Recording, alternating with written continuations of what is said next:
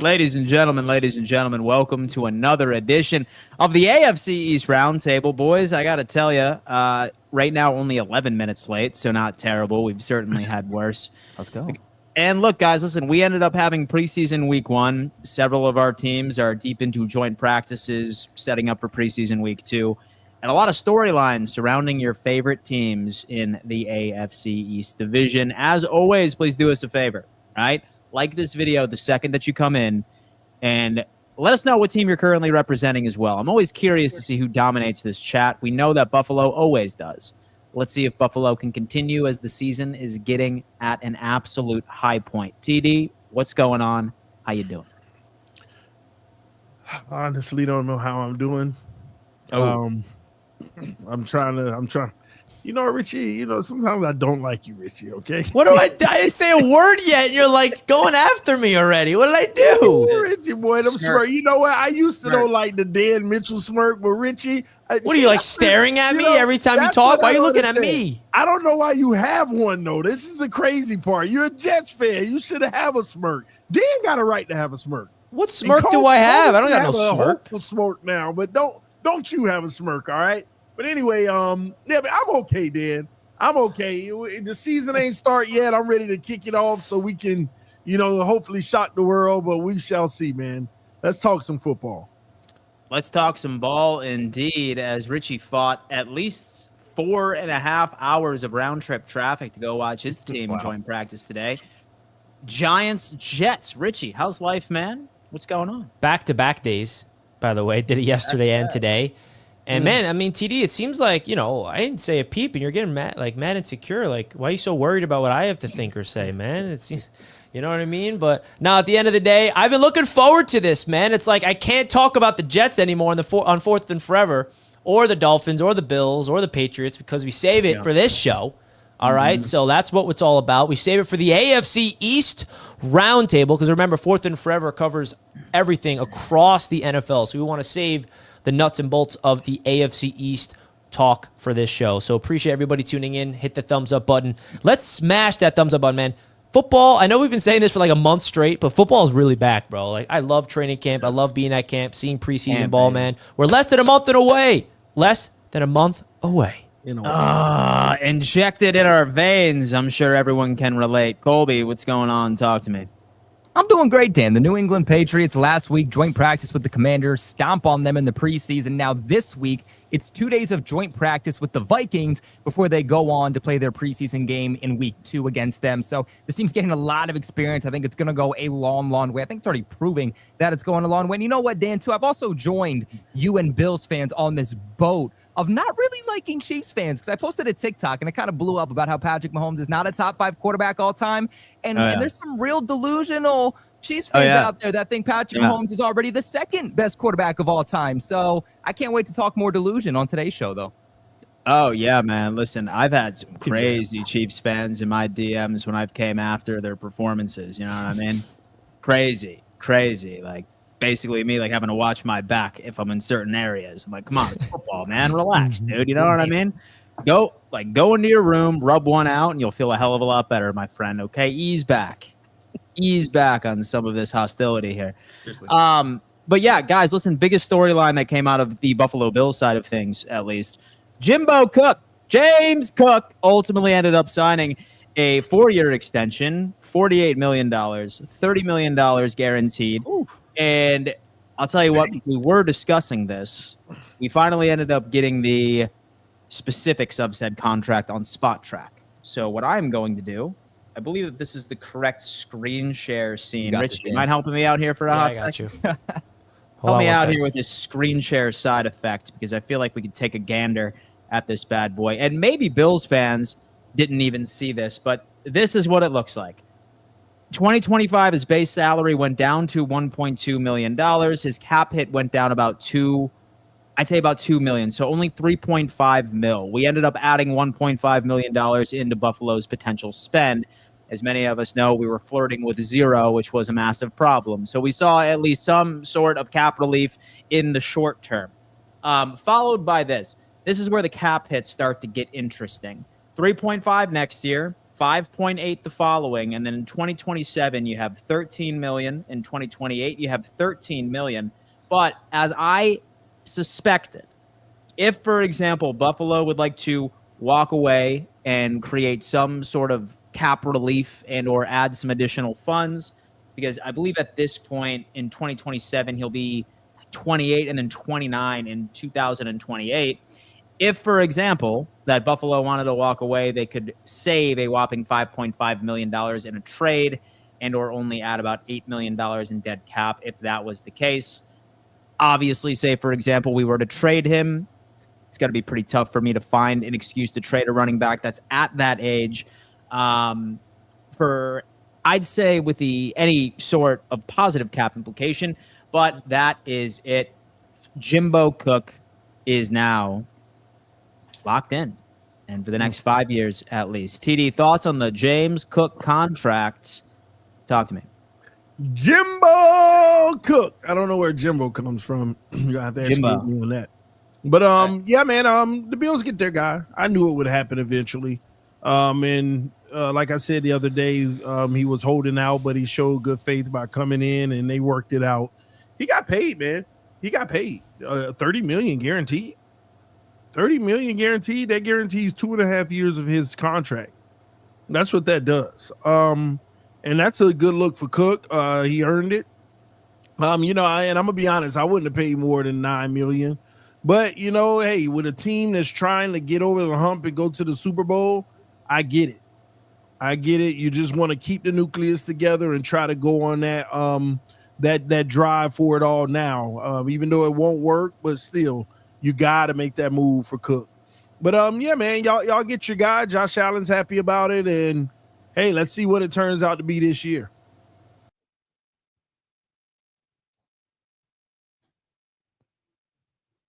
So I got to tell you, Richie, some crazy stuff is happening with this StreamYard situation. We lost Colby. It's been off lately. Here he is. Yeah, I would say StreamYard has definitely been running us for a loop for the past couple of days. Richie, thoughts on the James Cook contract extension now that you've seen all the specifics? It's a great deal. And like I said, I feel like you went about this the right way. I've been very consistent with my take on this situation. I think James Cook made a mistake early where he went public and said, I'm a $15 million per year guy. And that kind of just made the whole situation a little dicey, right? And I know you can't really look at AAV for everything, but I think that at the end of the day, him getting 12 and getting all that guaranteed money, everybody's happy. He held it in, and he showed up to practice when he needed to. He's a professional. I feel like the way he handled this could have been way uglier, but he didn't. We've seen worse. We've seen way worse contract situations that got ugly, got south. I think the Buffalo Bills handled this with professionalism. They were patient, and they got the deal done, and that's all that matters. The fact that it's done now, it's refreshing, right? Let's not forget what the Jets had to deal with. Hassan Reddick, that went through the season. Where we're like, oh, will he show up next week? Nope. Will he show up maybe this next game? When we're like, terrible. I mean, oh, what a disaster that was. So you should be very thankful for your Bills fan this did not carry into the season, because that's where it gets ugly. So good news. So he actually ended up sitting down with the media today, right after his contract extension, and he mentioned that he would continue to sit out until something got done, but he said that there's no need to talk about that anymore because something did get done. And I guess we did get an answer as into why he practiced for the first 8 weeks and then decided to hold in. It was more so that he wanted to prove to his teammates that he wants to be a Buffalo Bill. He wants to be there for him. But what he had to do is just make sure that he could take care of his own and make sure that he could be at least locked in and have some sort of insurance policy for the foreseeable future. I'm glad that it's over. Colby, thoughts? James Cook, extension.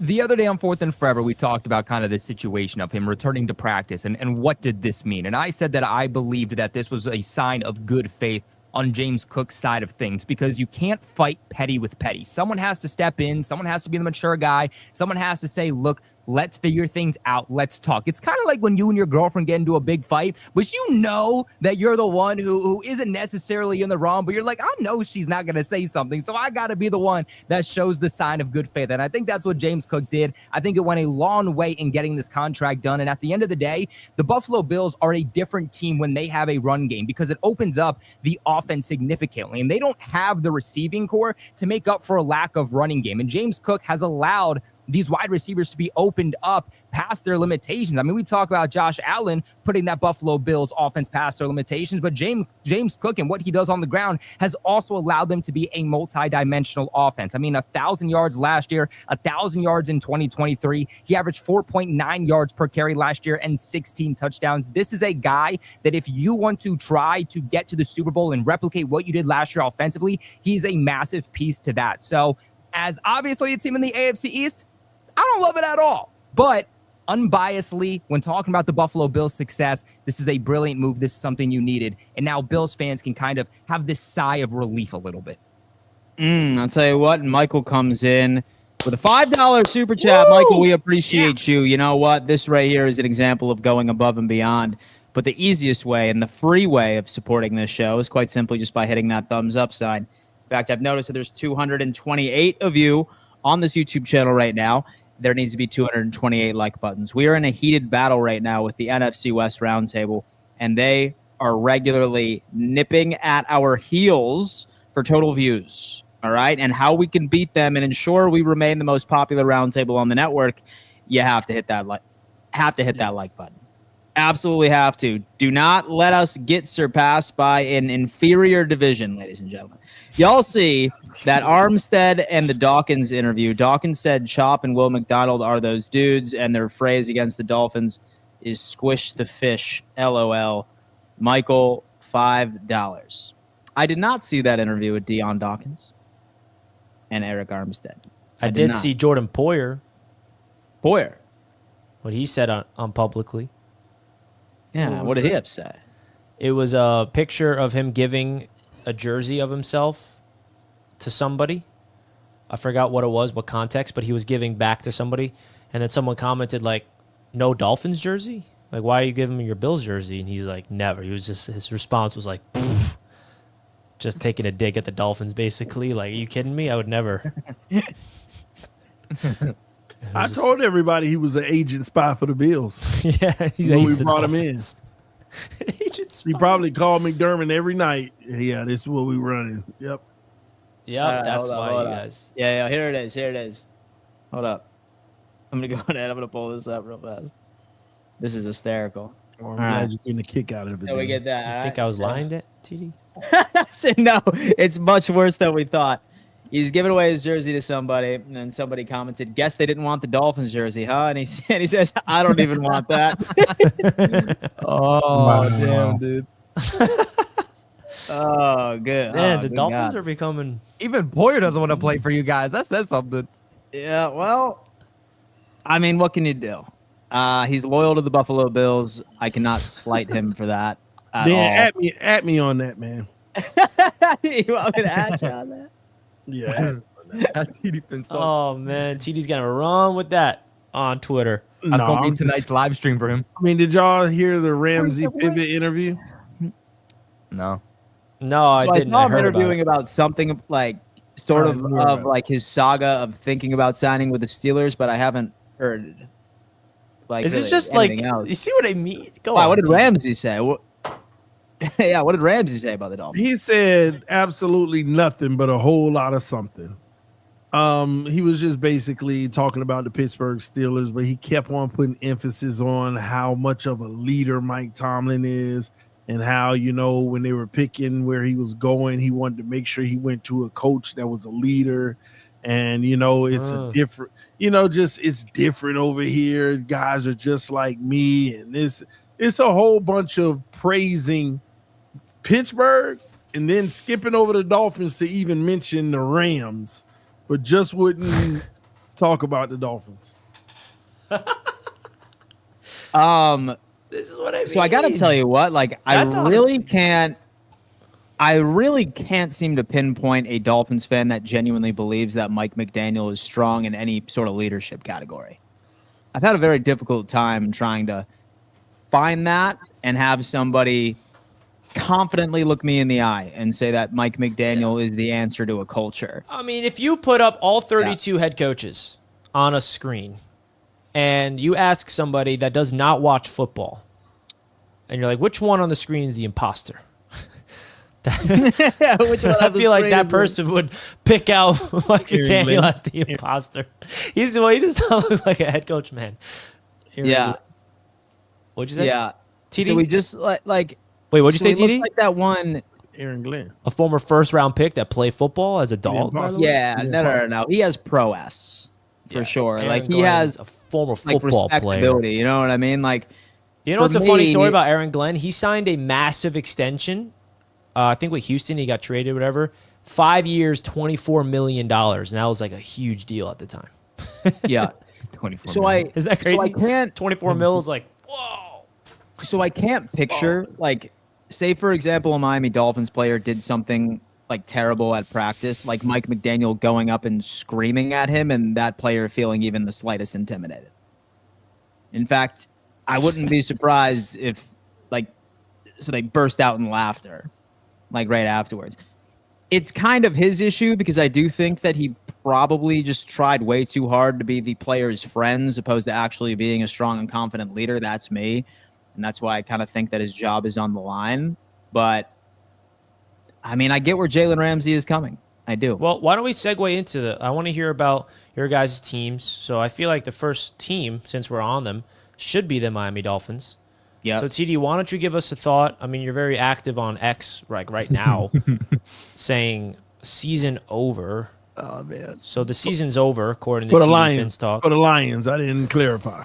It's a video of Amon-Ra St. Brown having his way against the Dolphins secondary. So that means the season's over for. You know what, Richie? You got to blow it up though and play the video. I mean, Yeah, I haven't seen. gosh, my heart hurting right now. Wait! Is this Storm Duck? Dude, was that Storm Duck? Who's on him? Tell me it's Stormy. Hey, who was in coverage? Oh man! Oh, it's bad. a 1 minute video of them getting cooked. No, it's not just one play? It's Amon-Ra St. Brown the just whole having his day. way. It's a minute of St. Brown cooking y'all. Dude, Garrett Wilson man. having like 400 yards in 2 games. I mean, Yeah. Yo, he's looking like Khalil Shakir out there, man. Stop But it. better. Oh, But better. That's a 1,000-yard receiver right there, Dan. Look, dude, look at that, man. That's like 3 yards of separation right there. Yo, who's 29, man? Who's that poor soul that had to cover this man today? oh Did my they just God. play backyard football with you guys the entire time? He Did you guys did. defend any St. pass? Brown the whole day? Oh, wait a minute. this is Someone said still that like going, dude.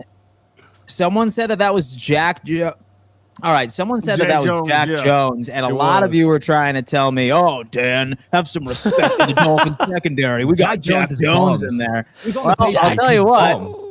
It looks like Jack Jones in there is getting his lunch taken, all right, by Amon-Ra. And look, better men have gotten Hey. their lunch taken from Amon-Ra St. Brown. For But sure. now He's this a is great player.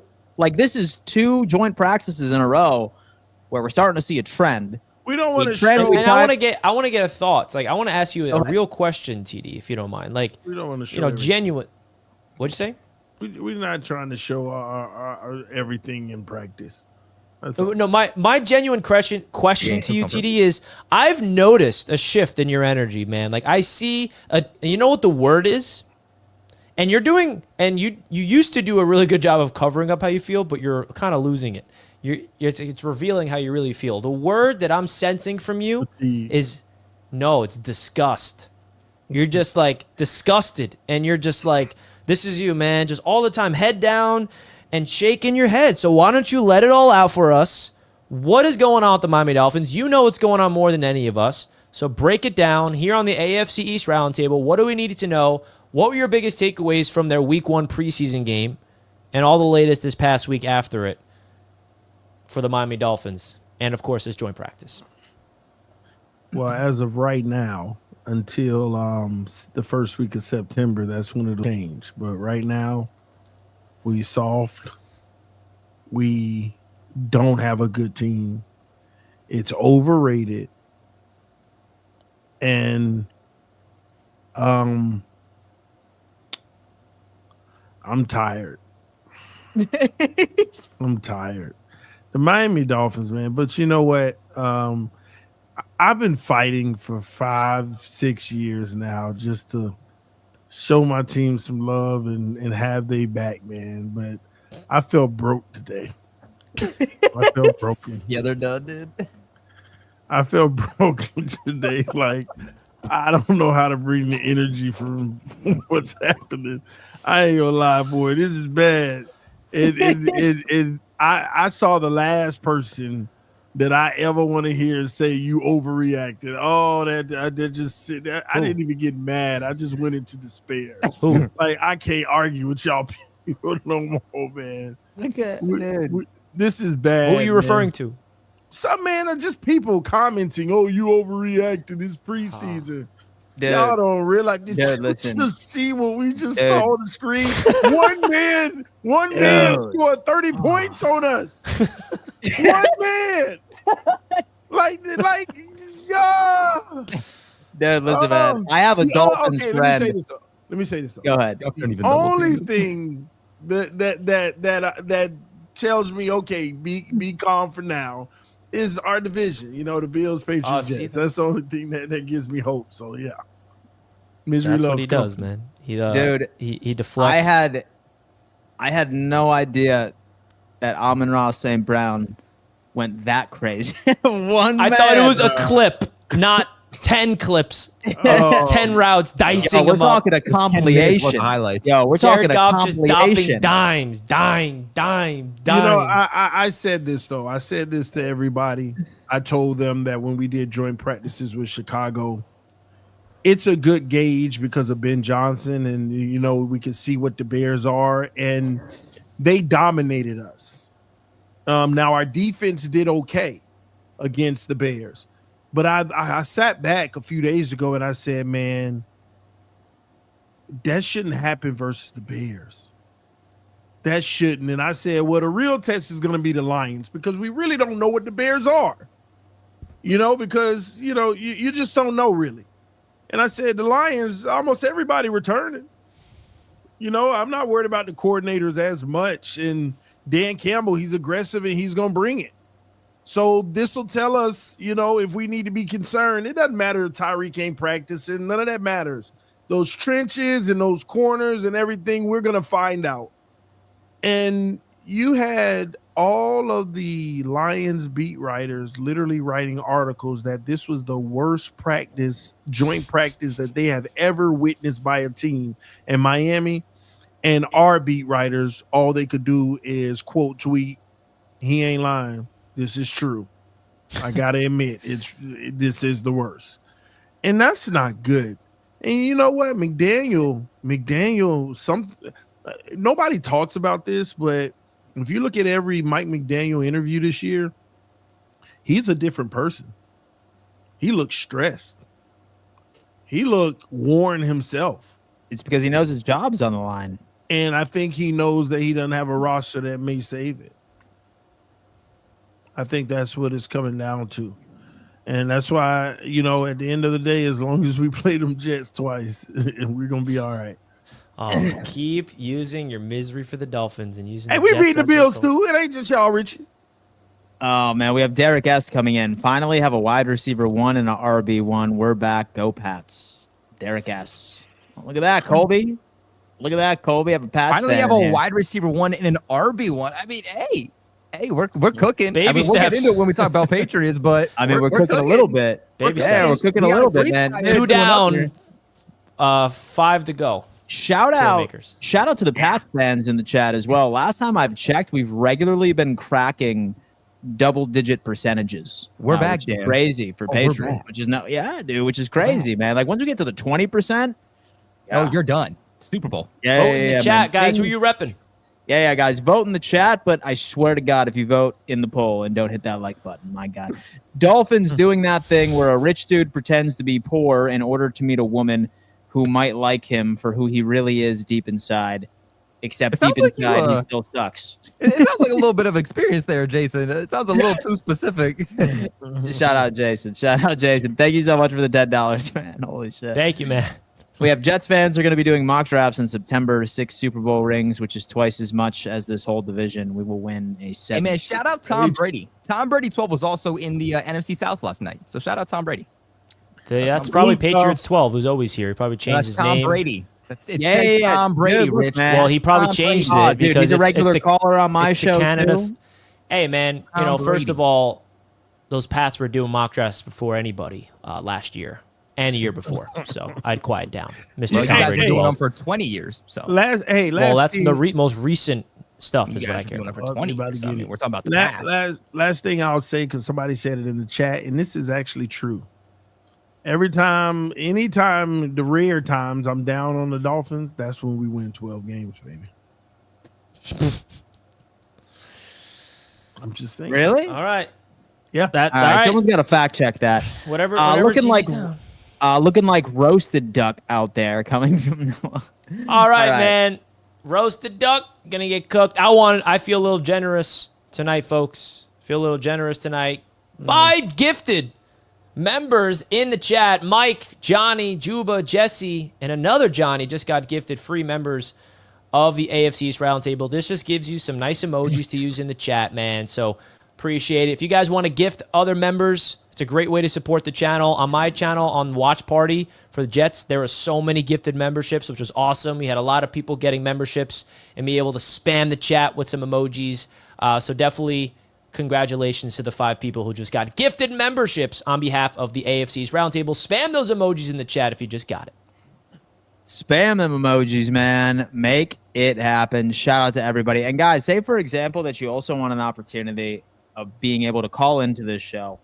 We have a Patreon segment where we treat it like a radio station. We bring in all of you lovely people in for your 30 seconds on the show. So with your statement or with your question, and all of the hosts end up reacting to it, amongst many other benefits, including exclusive content only on Patreon. So for those of you that are fourth and forever junkies and you would want to make sure that you want to check in that bonus episode on Saturdays, hit up the Patreon. Film reviews from college players are going to be on there, a variety of different things. Damn, man. Shout out to everybody that's already contributing to the Patreon. Link is in description. Go sign up and hop on in and talk a little ball with us. So, Miami Dolphins, what's going on in Pat's world? All right, because we ended up getting a super chat here from Tom Brady 12. Sounds like he's pretty high, right? He's saying, 7th Super Bowl is incoming. All right, what's going on in the Patriots world, my friend? Talk to me. Well, Dan, I'm sure that you saw the New England Patriots' dominant performance against the Washington Commanders. Now, they won joint practice, and I had Commanders fans saying, oh, it's one day, it doesn't matter.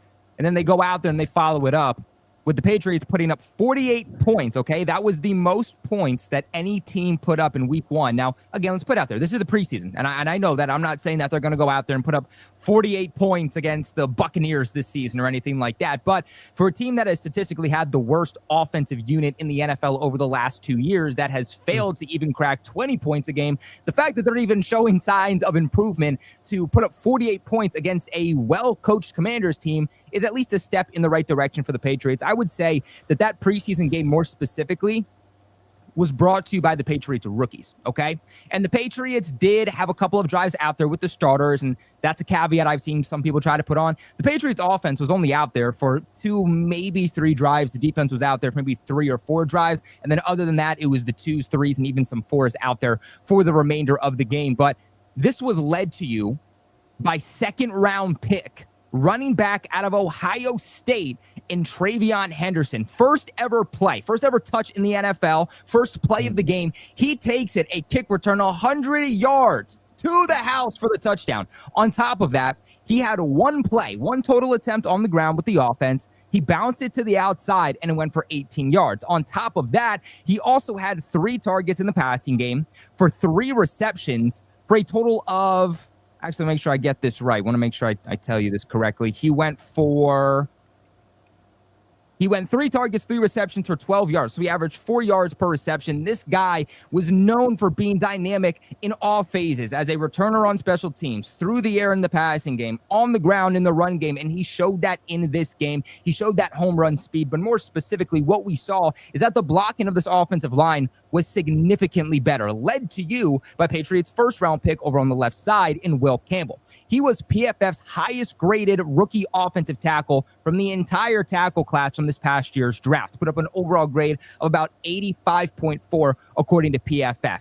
Allowed 0 pressures, but more specifically, what was impressive about Will Campbell was what he did in the run game, making sure that he provided a key block to get Travion Henderson to the outside for that 18-yard run. Allowed Ramondre Stevenson to get to the outside for a 10, 15-yard run also. He also cleared the entire left side during red zone work when Drake May had his rushing touchdown in this game. Kyle Williams, I also thought the rookie 3rd-round pick, had some really good moments, but unfortunately, it didn't show up on the stat sheet. He should have had a few catches and also a touchdown, but Josh Dobbs was overthrowing and underthrowing players all game long. One other player that stood out for the Patriots, and this is a guy that I've been telling you to watch, okay? The small white slot receiver is back in New England, baby. We got our next Julian Edelman, Wes Welker, Danny Amendola. That guy is back here for the New England Patriots and Josh McDaniels. Undrafted free agent wide receiver Efton Chisholm. He is here, baby. He showed out in this game. 8 targets, 6 receptions, 50 yards, 8.3 yards on average, and 1 touchdown. The touchdown he had, too, was batted at the line of scrimmage by UDFA quarterback Ben Woolridge. Ball comes into the hands a little bit wonky of Efton Chisholm, but he's still able to secure the football, dodge 2 defenders, put his shoulders down, and get into the end zone. I thought that it was a dominant performance from the offense, and even defensively, the secondary stood out for the Patriots. Okay, and this was not with guys that were starters, by the way. I want to make this clear.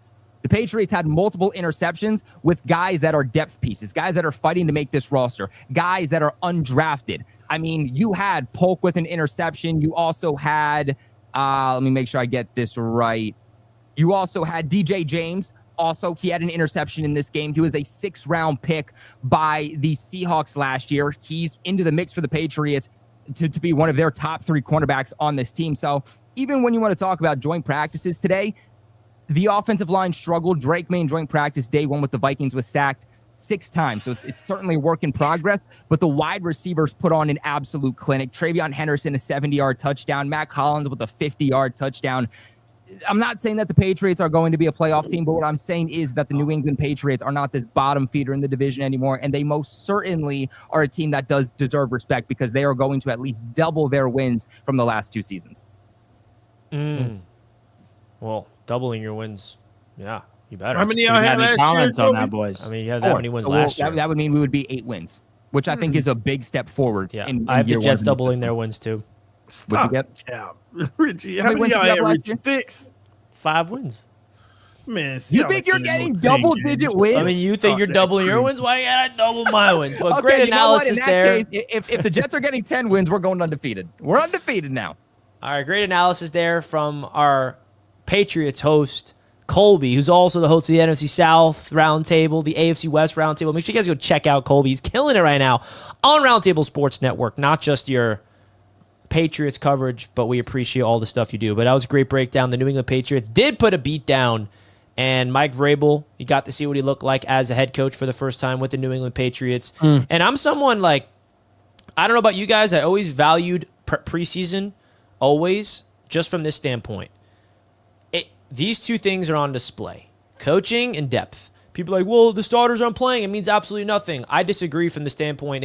You get to see who has the best depth in the league, which 2nd, 3rd string, 4th strings are the ones that are coached properly and go out there and execute. Which teams are having the most difficulty finalizing their 53-man roster? Those are the deeper teams. So, definitely impressive to see the New England Patriots go out there and dominate the way that they did. What do you got on that, TD? All right, we'll go to TD. Yeah, I've been saying it since day 1, so nobody can say I've been changing. The Patriots are going to be a really good team this year. Vrabel's already changing the culture, special teams making plays already. It's just a matter. I'm telling you, it's just on Drake May. It's him. Well, who is he going to be this year? Can he get in the top 15 quarterback range this year? That's all that matters. He can't be 16. He can't be 17. Can he reach 15?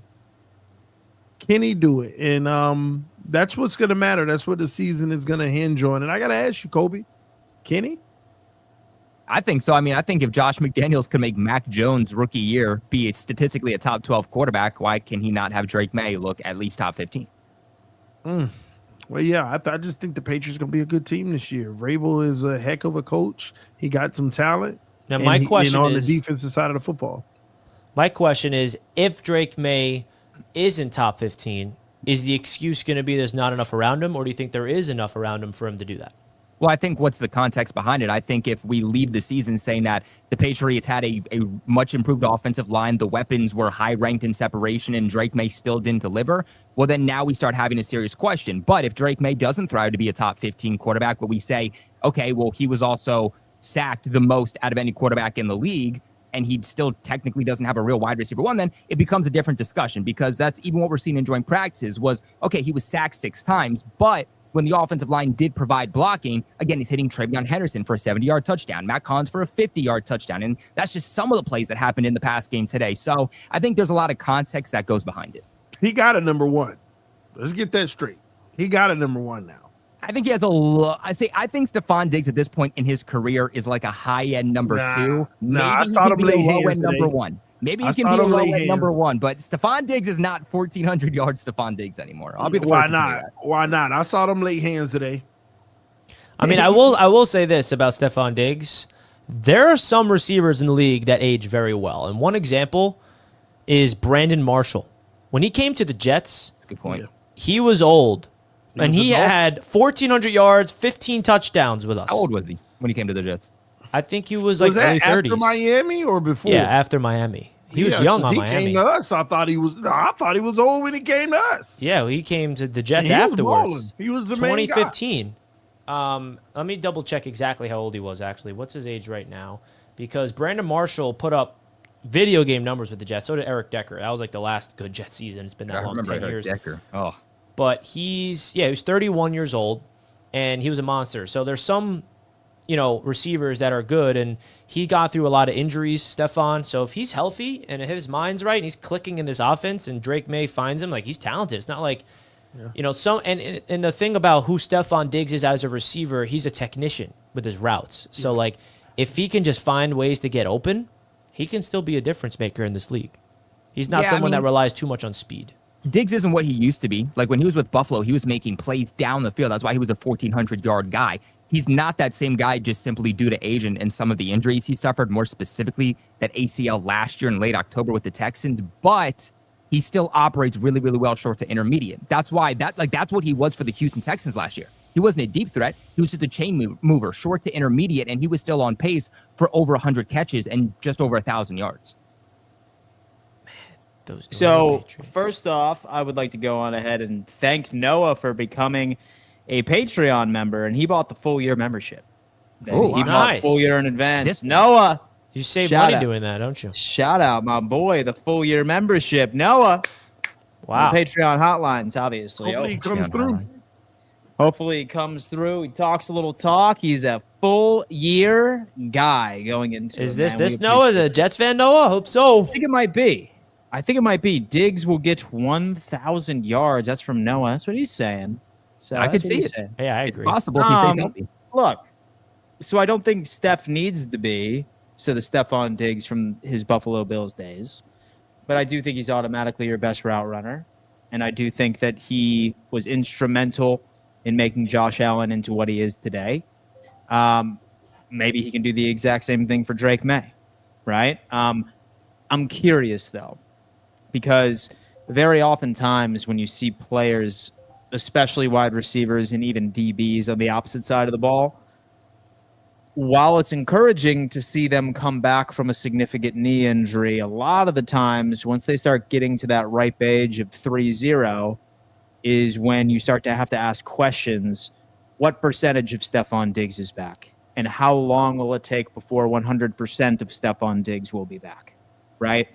So I don't know. So I'm really curious to see like who ultimately ends up stepping up for the Patriots in the wide receiver room as well. How's Kyle Williams doing? How's my boy doing? He looked really, really good early on. He slowed it down in training camp. He did attend Drake May's offseason throwing session, which was really good. In this past preseason game, he got open quite a bit down the stretch. I mean, running multiple go routes that he had a step or two on the defender, but Josh Dobbs underthrew him. Also should have had a touchdown in the game. He had a step or two on a slant in the end zone, but Josh Dobbs doesn't see him. He throws it a few seconds later, and then there's two defenders on Kyle Williams at that point. So he'll have a role in this team, but you know, I'm not expecting him to put up 800 yards or anything like that. Kyle Williams, man. Those Patriots, though, man. Those Patriots. Well, Douglas, let's get into our first nice. Patreon caller. Oh. And let's bring him on in. Mr. Glenn himself is live. Glenn. Hey, Glenn. Welcome. What's up, Glenn? Man, I've been waiting forever. I was TD up, but I don't know if I'll probably make it worse. Because, a lot of those Texas that you seen run, whatever his name good, they were 7-on-7, and Miami will never, ever, first of all, be running no man-to-man. Except for maybe a couple times. They probably run zone the whole time. Better not. So, This is true, Glenn. You're giving me hope. What? You're giving me hope, Glenn. You're right. But then let's get back to reality. They got dominated on the offensive line too. Yeah. Hey, Glenn, don't be exposing everything, Glenn. Come on now. Oh man, we didn't even TV touch running that, from the did we? truth. Yeah, we didn't even touch the offensive I line. don't understand how bad it was. It was so bad that Goff was up there looking like an all-pro. Looked like Brady up there throwing the ball around. Wow. It didn't matter what it was in. And our quarterbacks are running for their lives. The whole game. Getting sacks and running for their lives. It was bad. But besides that, but I still have faith in Anthony Weaver more than anybody else. Anthony Weaver. But I do have a little, let's say, a thing for y'all, an exercise for you guys. And maybe you guys can do it after you go through the games. Remember your team. Kobe, you Bills. Dan, you Miami. Oh.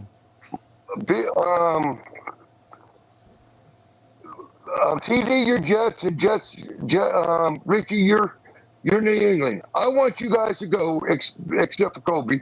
I want you to see how the team that you're representing can actually win the division. And then Kobe, you have to explain, and don't say because somebody gets hurt. That's how. Don't even say anybody gets. Oh, Josh Allen gets hurt, and that's why they. But I want Kobe to say why Bills, since they've been winning 5 or 6 years, how Bills can lose the division. Okay. Because that would be I got exercise. it. That's a great exercise. That's a great exercise. All right, Glenn, thank you for the call. I'll start it off. My team that is assigned is the New England Patriots. Best team in the division. So do you guys understand what Glenn's saying? I have to say, how does the New England Patriots win the division? What needs to happen? What needs to happen for the New England Patriots to win the division is Drake May needs to take a Jaden Daniels-like leap. And I'll keep it that simple. If he becomes like a top 5. That ain't happening. If, keyword, I never said it's going to happen. I don't think it's going to happen either. But that's the only way. I mean, if Drake May starts lighting it up, because I don't see any other reason that they're winning the division. And that's not even like talking about what happens with the Bills or the Jets or the Dolphins, just like more Patriots.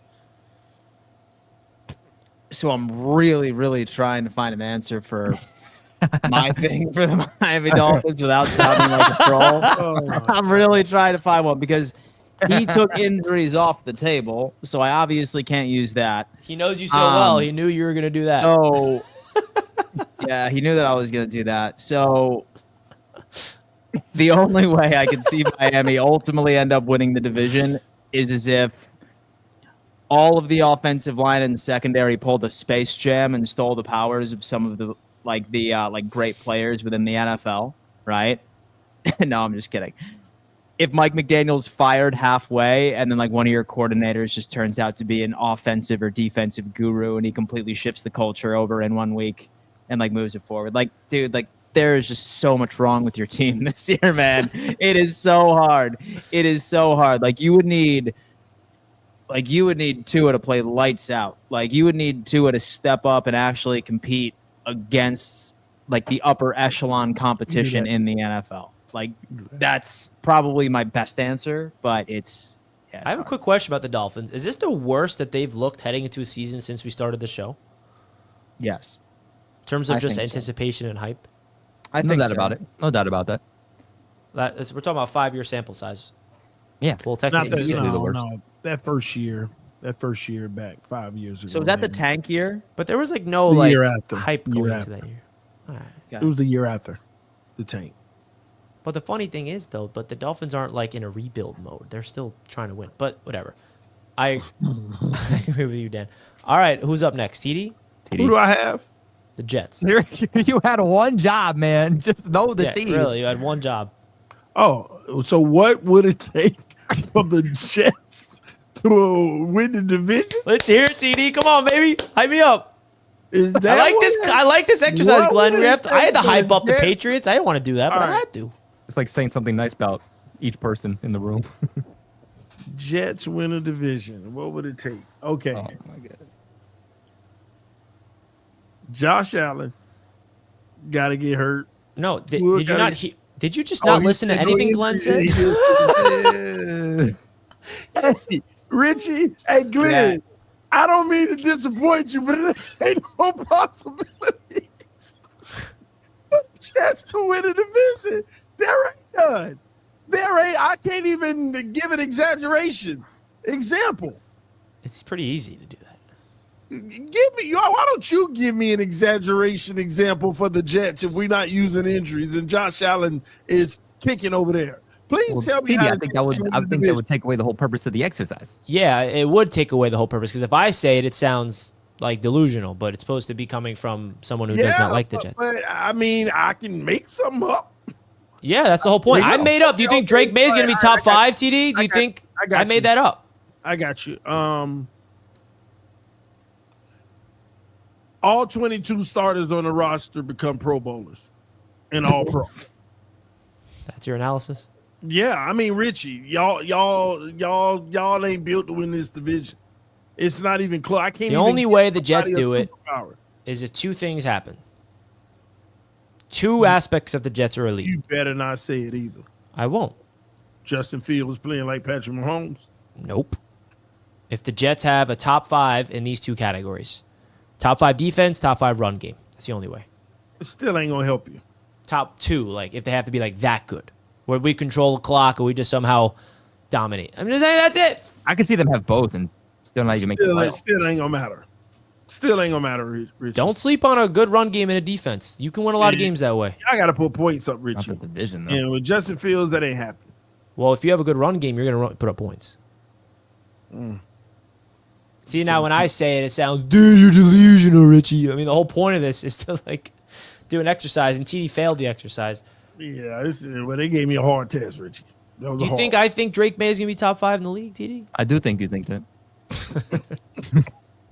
All right, well, that was a cool exercise. Well, we were missing one more. Yeah, you're up. You're last. We're up. All right. So, honestly, I think for the Bills to not win the division and take a step back, I think it more so comes with the rest of the division, honestly, just being better. But when looking at the Buffalo Bills specifically, I think when it comes to the offensive side of the football, you need Josh Allen to not be the Josh Allen of last year, where he's accurate with the football, he's clutch, he puts the team on his back. You need him to be what he was a few years ago, where he's constantly turning the ball over and making bad decisions and putting his defense in a rough position. Defensively, I think it comes down to that defensive line, right? If that pass rush can't be consistent, then they're not going to put pressure on the opposing quarterback. and quarterbacks on opposing teams are going to light them up. I think that the Buffalo Bills defense, they need that D-line, they need that pass rush to be dominant, because that secondary overall, I don't personally think is good enough to make up for the lack of pass rush in that defensive line department. Now, it's not to say you don't have any good players. Obviously, you have Christian Benford, who is a young rising star, but other than that, I think the guys are realistically playing a spot or two above what they should be, and the reason they've looked as good as they have is because you're asking alternative pressure to be placed on by that defensive line and by that pass rush unit. So if they can't get that pass rush going, I think that opposing offenses would just light up that team and ultimately put up more points than Josh Allen and the Bills. Great exercise from Glenn. And I invite our Patreon callers. I was listening to a lot of sports talk radio on my commute to Jets camp. And shout out to Jake Asman, because he's on ESPN radio and he's been filling in on the early mornings the last 2 days. I was listening to my boy Jake Asman on ESPN New York radio.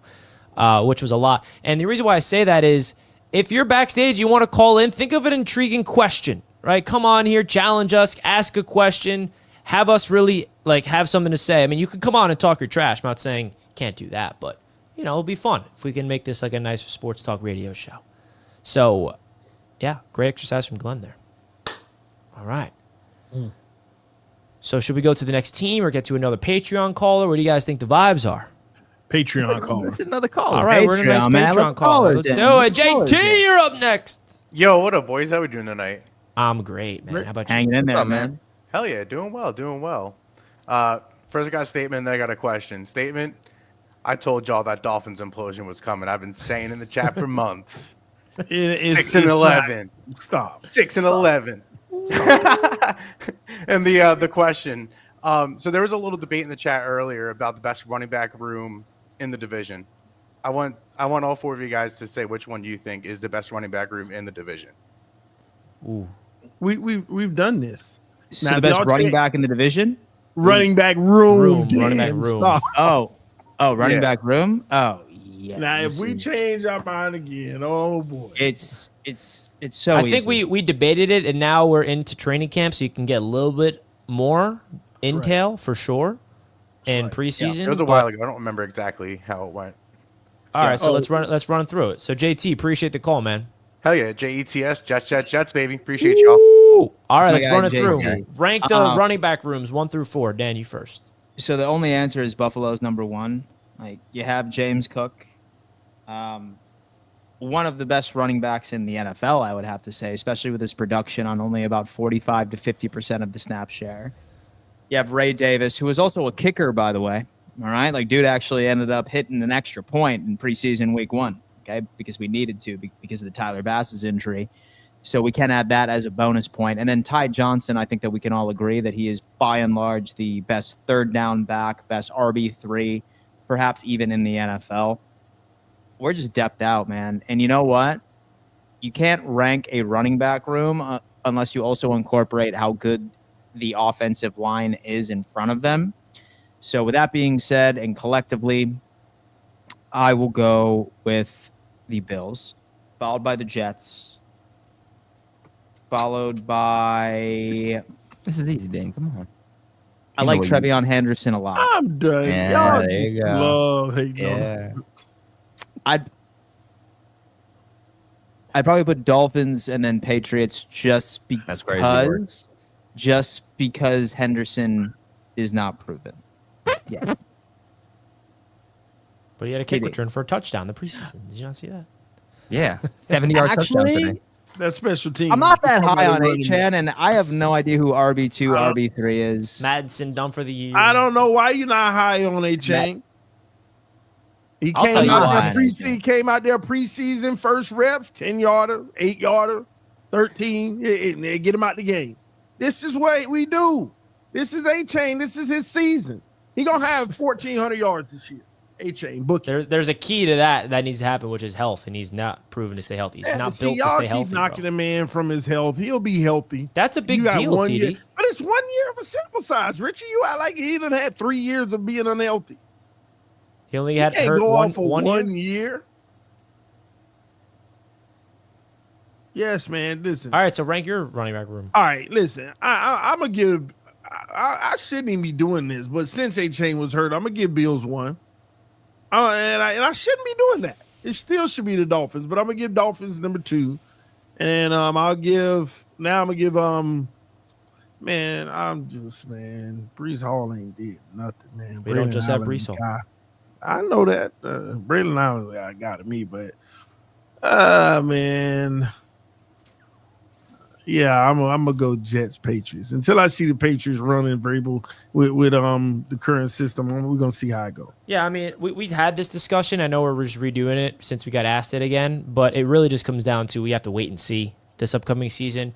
But I will say, the Bills first because they have the best running back in the division, and I'm basing this off of production. And I really do think if you would ask me who has the most talented running back room on paper, I would say the Jets. But the Jets don't know how to use them last year at all. Like, I genuinely believe that the Jets have the most talented running back room, but I cannot put them there. So I'm going to put them number 2, and then Dolphins 3, and Patriots 4th. Because I don't like any of the running backs behind A-Chain at all. Wright, we'll see what he can do. He didn't really show much last year. Mattinson's hurt. We're talking about a collective room here. And the Patriots, I like their rookie. And, we know who Ramondre Stevenson is at this pace. But I'm just going to say this Jets running back room, we're potentially 4 deep. Isaiah Davis, did you guys see what he went viral for in the preseason game? On that Justin Fields touchdown run? I mean, we haven't talked Jets once this show yet. He faked it. He faked it in the end zone like he was trying to catch a ball. He was running a route, and he saw that Justin Fields was scrambling, and he had a guy on him, and he pretended that he was getting the ball so a defender can try to guard Davis, which opened up Justin Fields to score the touchdown. If he didn't make that play, the defender would have turned around and could have tackled Fields. Just a high IQ play. Our third running back, Isaiah Davis, he was drafted with Braylon Allen last year. We drafted 2 running backs last year. People don't know about Isaiah Davis if you're not a Jets fan. He is a smart football player, just a tough dude, is really, really standing out in training camp. And then our undrafted free agent, Donovan Edwards from Michigan, who was on the cover of the NCAA football last year. He went undrafted. We picked him up. He had a 70-yard touchdown run that got called back because of a holding. He was running hard. So I really like the Jets running back room this year. It's one of our strengths as a football team. So, Rich, I have a question. There's a lot of discussions. I feel like it's by the week, there's more and more about Brees Hall is getting traded. Brees Hall is getting traded. Is he getting traded? Do you think he's getting traded? But whether that's before the season or the trade deadline? Before the season, absolutely not. The path of a Brees Hall trade would be if the Jets are out of it by the deadline. If the Jets are not in it and it's just one of those losing seasons and the Jets are at the deadline, they'll probably trade him because they don't want him to walk in free agency. They get nothing in return. Or maybe there's a world where they're like, hey, we're winning and we could win without Brees, and they want to move him that way. Because the way that I look at it is the Jets front office and the coaching staff are looking at themselves. Is Brees Hall a guy we want to invest long-term money into when we have to invest into our 2 guards who's pending free agents, Elijah Vera Tucker, John Simpson. Those other guys the Jets got to pay. Is Brees part of the future? And they got Braylon Allen and Isaiah Davis loving behind him. So that's the discussions they're having. He's not going to get traded before week 1, but that's a discussion that would have. I hope that doesn't happen. I want Brees to show who he is. And I just love Brees Hall's answer when he keeps asking about a contract. He's like, I'm not asking for a contract because I don't feel like I deserve a contract. He knows he has not lived up to his potential. And us as Jets fans know that. All the Brees Hall hype that I have been doing on this channel, he has not lived up to it, which is why I'm not hyping him up anymore. I'm like, he has to go prove it, and he knows that himself. Well, let's see. I guess I'll go Bills number 1 right now. Like, they got the best running back in the division. I will say, though, if we're going who has the best overall group, not who has the best number 1 running back, then it really technically wouldn't be the Bills. When I'm looking at cores, I do think that there are teams in this division that have better overall cores. But again, I do think that James Cook, just because he is very clear-cut, the most dynamic running back right now in this division, I'll give it to the Bills for now. They also have the best O-line. That'll help. If the Jets do have Brees Hall and Braylon Allen, I'll give them number 2 for now. But if Brees Hall is not on that team, the Jets immediately drop to 3 or 4 for me. No debate about that. I'm going to go with the Patriots at 3 here. Let's not forget that Ramondre Stevenson had 801 yards last year with the worst offensive line unit in the NFL. Antonio Gibson, running back number 2, also put up just over 500 yards with the worst offensive line in the league. And the Patriots were forced to pass the ball a lot because they were playing behind so much. So like Richie said with his running backs, they weren't utilized correctly. It was the same thing for the Patriots. And now you add Travion Henderson, a guy with home run threat ability with that speed, who, again, 70-yard reception today, a 100-yard kick return touchdown. We see what he can be. I'm easily putting the Patriots at number 3 with the easy opportunity to go all the way up to even maybe number 1. If we're talking about cores, not one singular running back, but if we're talking about overall cores, the potential to even get up to number 1. And I'm going to go with Miami at number 4. You too, Kobe. You too, man. Ooh, Miami number 4. All right. Well, that's the great question there from JT. See what happens when you ask a question. We got into nice conversations. Let's get into another Patreon caller. Mr. Lino's up next. What up, Lino? Well, I ain't know it, but I know a team that ain't making the playoffs, and their name is the Dolphins. Because the Jets, Yes, the Jets are. No, Jets ain't even on. Lino, y'all ain't making the playoffs. Stop it. One thing I can't say is y'all cooked though, because I even went on the Miami Collective, you know what I'm saying, and put a question out there, and Omar Kelly agreed with me when I said there's no use of y'all arguing. The Bills still gonna win this division, and he said I was right. TD. He was just trying to keep the audience. So happy. please.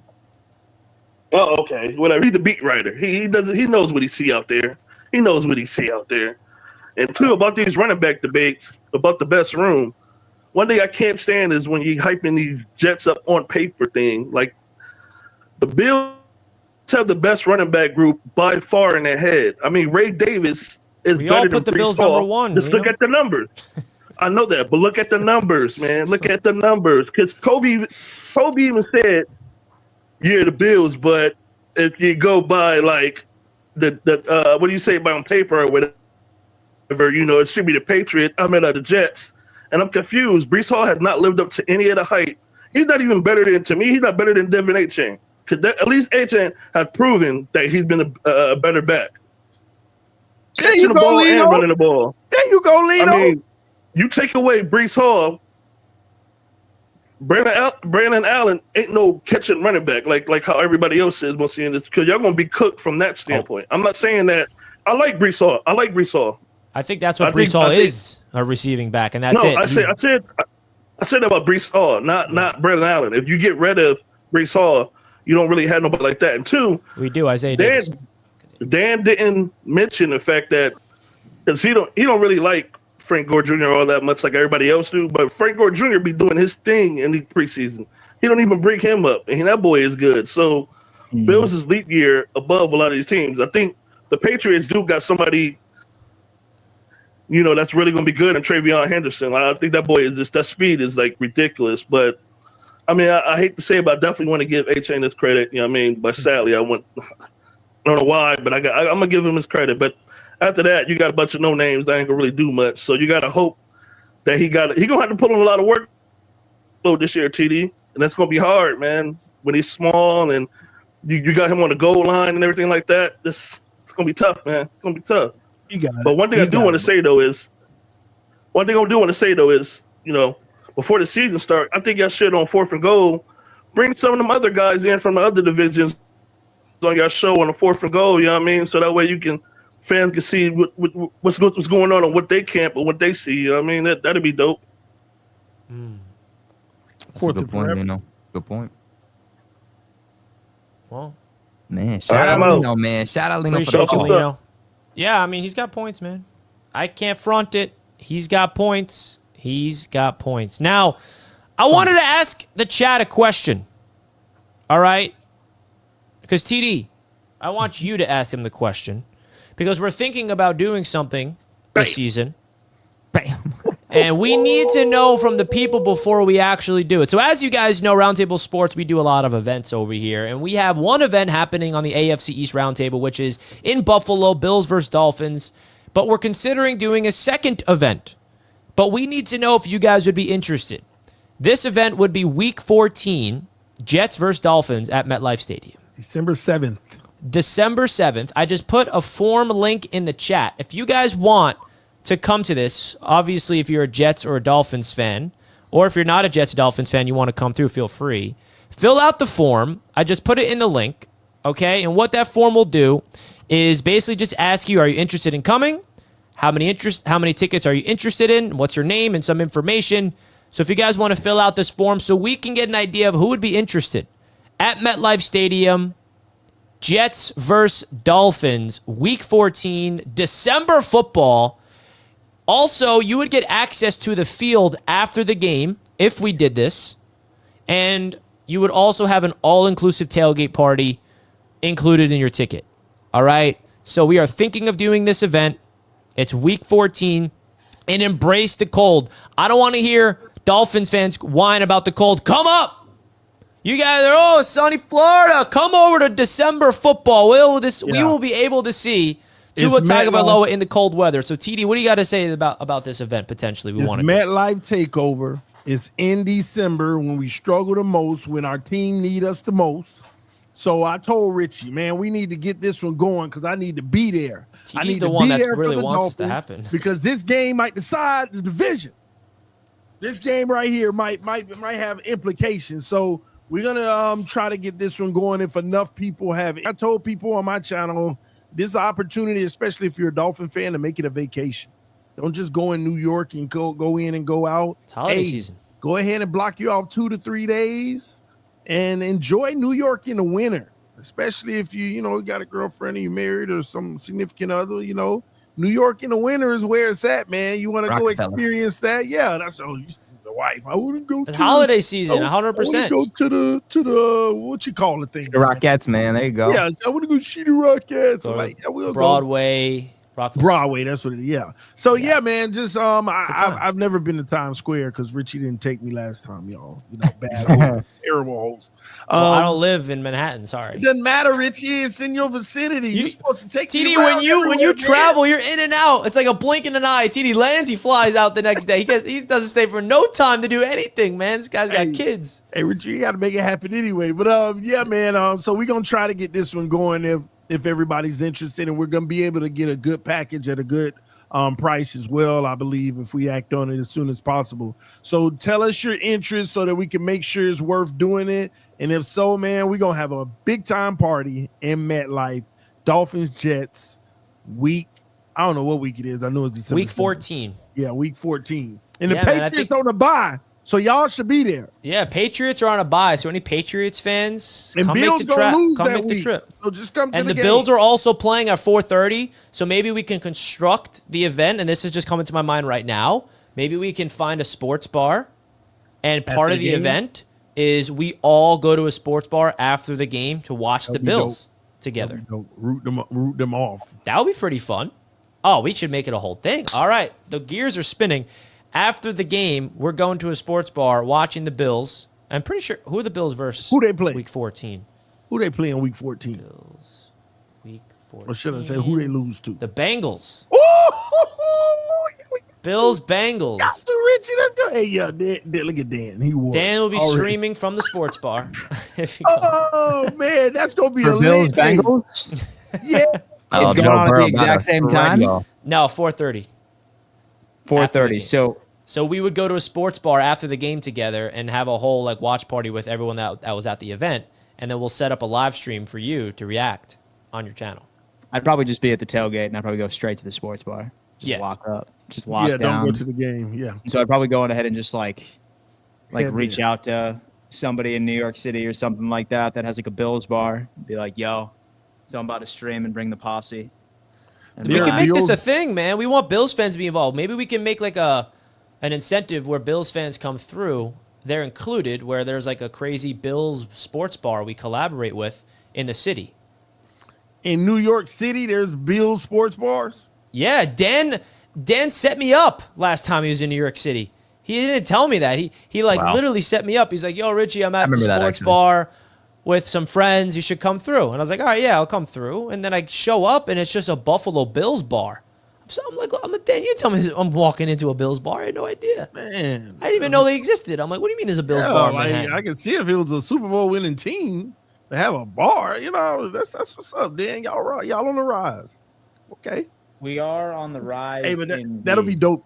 That'll be dope, though. Let's do it, Richie. I'm down. So fill out the form if you guys are interested and let us know, because we did not secure the tickets. And usually with these events, we like to know if there's people of interest before we lock down a certain amount of tickets. So let us know. Go see the Rockettes on Saturday.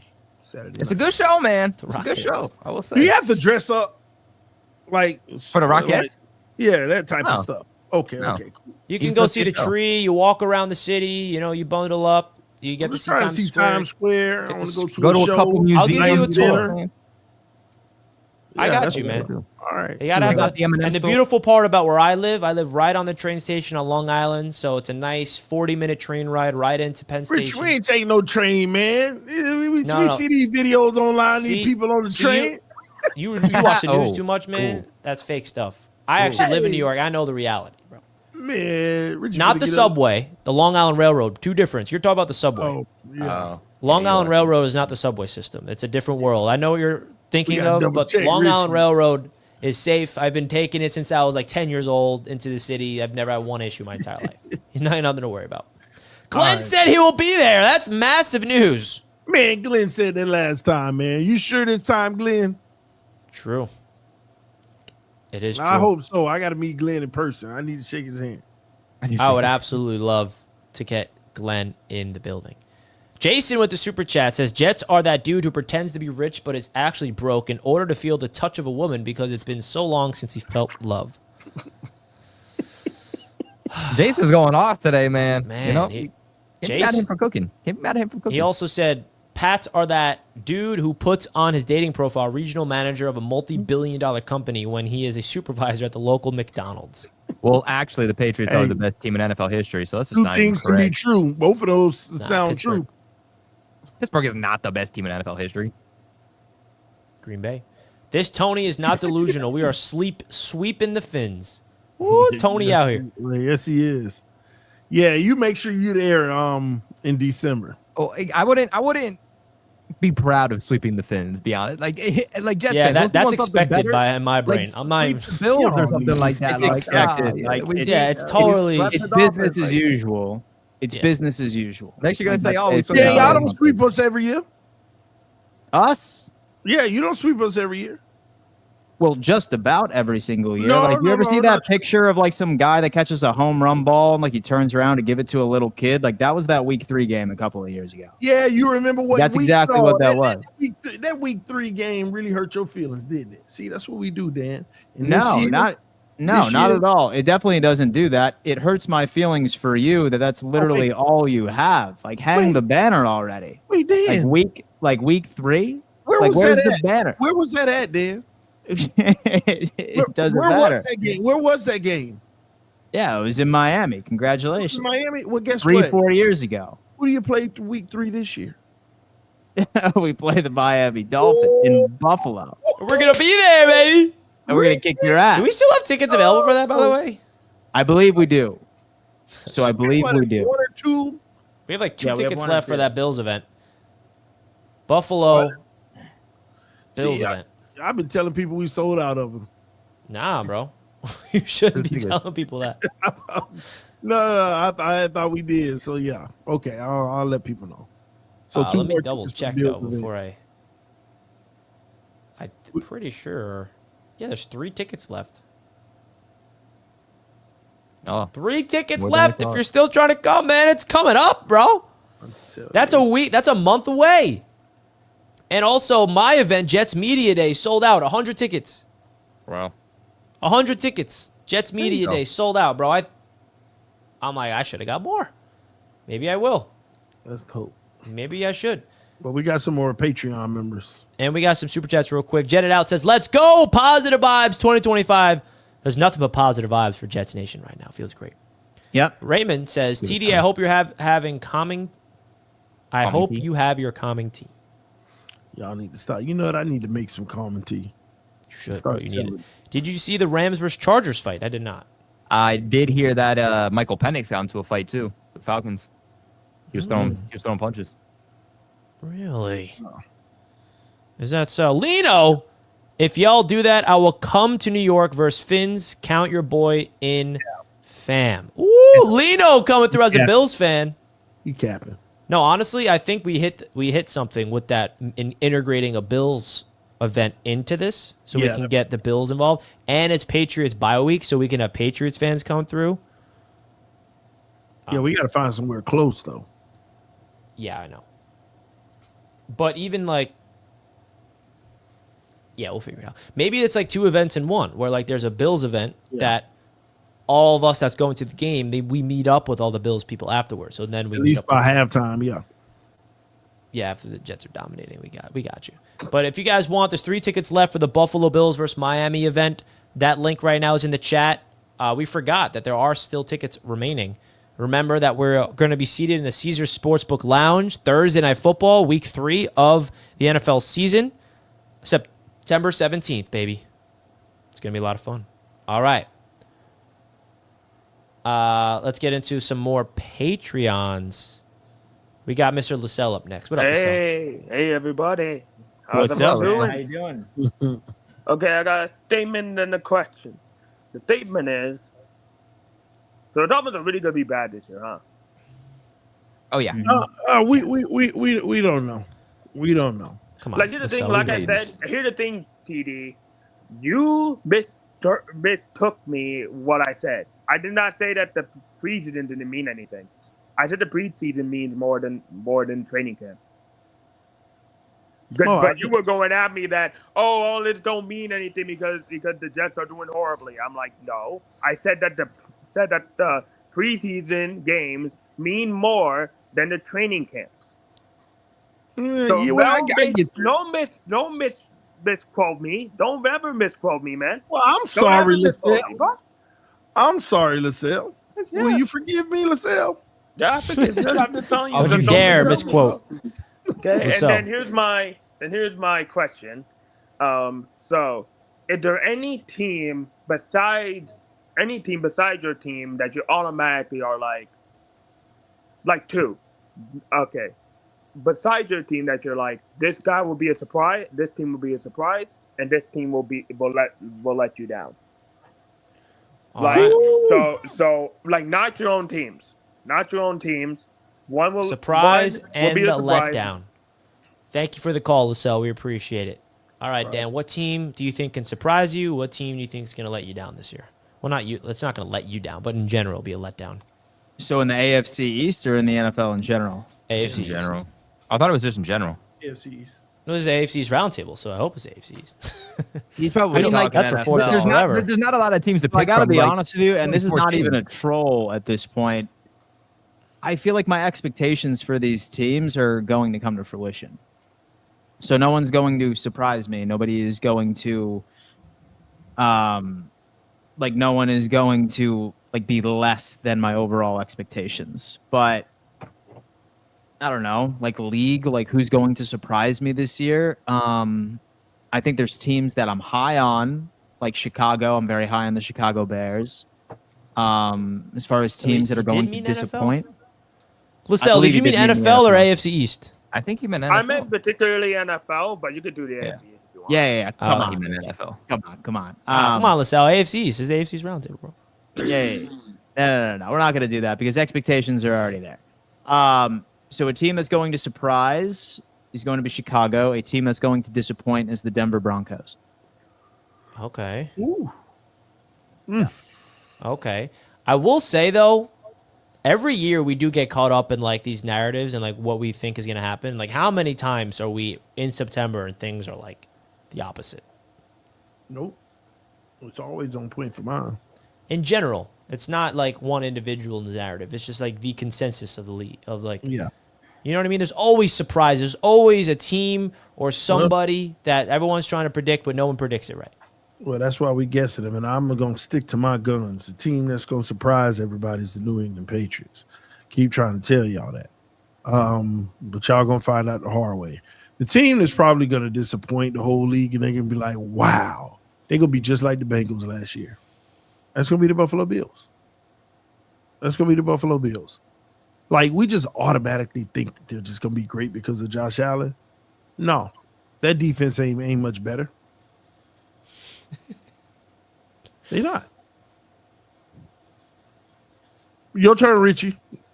All right. I don't know if Dan had to say something back, but yeah, I think the That surprise doesn't warrant a response. the surprise this year, it's between a bunch of different teams. I think the Seahawks could be one. and the Falcons. Those are the two ones in the NFC that are on my mind that I think, or the Panthers, but now I just brought you three. But those are the teams that no one can see coming. You know, I predicted the Commanders last year. I was all over the Commanders. I'm like, if there was a team to be the team to break out that no one sees coming, it's Washington. And I was right about that one. And the team to disappoint this year, man, I feel like the team that's going to disappoint that was good last year, you know, I mean, like, are the Philadelphia Eagles going to be dominant again? Yeah. You think so? Like, do you think they're going to run through the NFC? I think that's the squad. Is Washington going to be able to match what they did last year? Because that could be a sign of regression. You know, there is one team that I have a feeling is going to be really big disappointment. And they don't necessarily have a lot of expectations this year, but they were a playoff team last season. And I think they're going to be having an issue this season, and that's the Green Bay Packers. They have a lot of issues right now. Jordan Love has got a thumb injury, and their receivers are all banged up. What'd you say, TD? A lot of people like excessively high on them. Yeah, I don't see going to win the division. I'm like, man. I mean, we didn't get to the Jets-Packers preseason game, and it is just a preseason game, but like that, the Packers just looked atrocious. I mean, it would just look. I know it's just preseason, but they also have a lot of issues outside of that preseason game. But yeah, that's my pick. All right. Well, I'm going to say the team that I think is going to potentially take a step back that nobody's thinking of is the Detroit Lions. Okay, the reason I think this is more specifically, and I do like the Detroit Lions. I am rooting for them to succeed, but I think they lost a lot in the coaching department that could go a long way for them. I think you look at the Philadelphia Eagles, and you know, after they lost the Super Bowl to the Kansas City Chiefs a couple of years ago, they lost a lot of personnel in the coaching department. And because of that, they took a massive step back, especially down the stretch. I could see the same thing happening to Detroit as they try to iron out and figure out what their new identity is going to be, both offensively and defensively. Losing your offensive coordinator and defensive coordinator on top of losing, you know, their defensive line coach and several other pieces, I think that is going to be a big struggle for them. The team that I think a lot of people are sleeping on is the Rams. I think that the Rams have one of the best coaching staffs in the entire National Football League, hands down, easily top 5. They added Devontae Adams. They added some other pieces. They made a run that nobody expected them to last year. I think they're going to make another postseason run. And I'll tell you what. Look at that. These Patriots. So who else is about to make a run this time in their fantasy football league is your boy. Your boy is about to make a run in his fantasy football league this year. And thanks to our good friends over at RotoWire, my friends, the #1 draft kit on the face of the planet. Now, I have been playing around with this system for the past couple of weeks, I would say. And I got to say, I have the perfect draft plan going into my fantasy football draft. I've actually heard a couple of people say that they've already drafted their team. First off, I do not recommend that you draft your fantasy football team right now. All right? For the love of God, you're playing with fire. However, one thing I can tell you about this is it is by far the most in-depth draft assistant that you can connect right with your current fantasy football league software. It handholds you. It lets you know what players to target and what players to stay away from based off of your preferences. Say, for example, you want to emphasize on strength of offensive line, or you want to stay away from particular players. A little piece of advice for you guys. I am staying away from Saquon Barkley, for example. Say that I have a top 3 pick. I'm scared of his injury history. I think last year was an anomaly.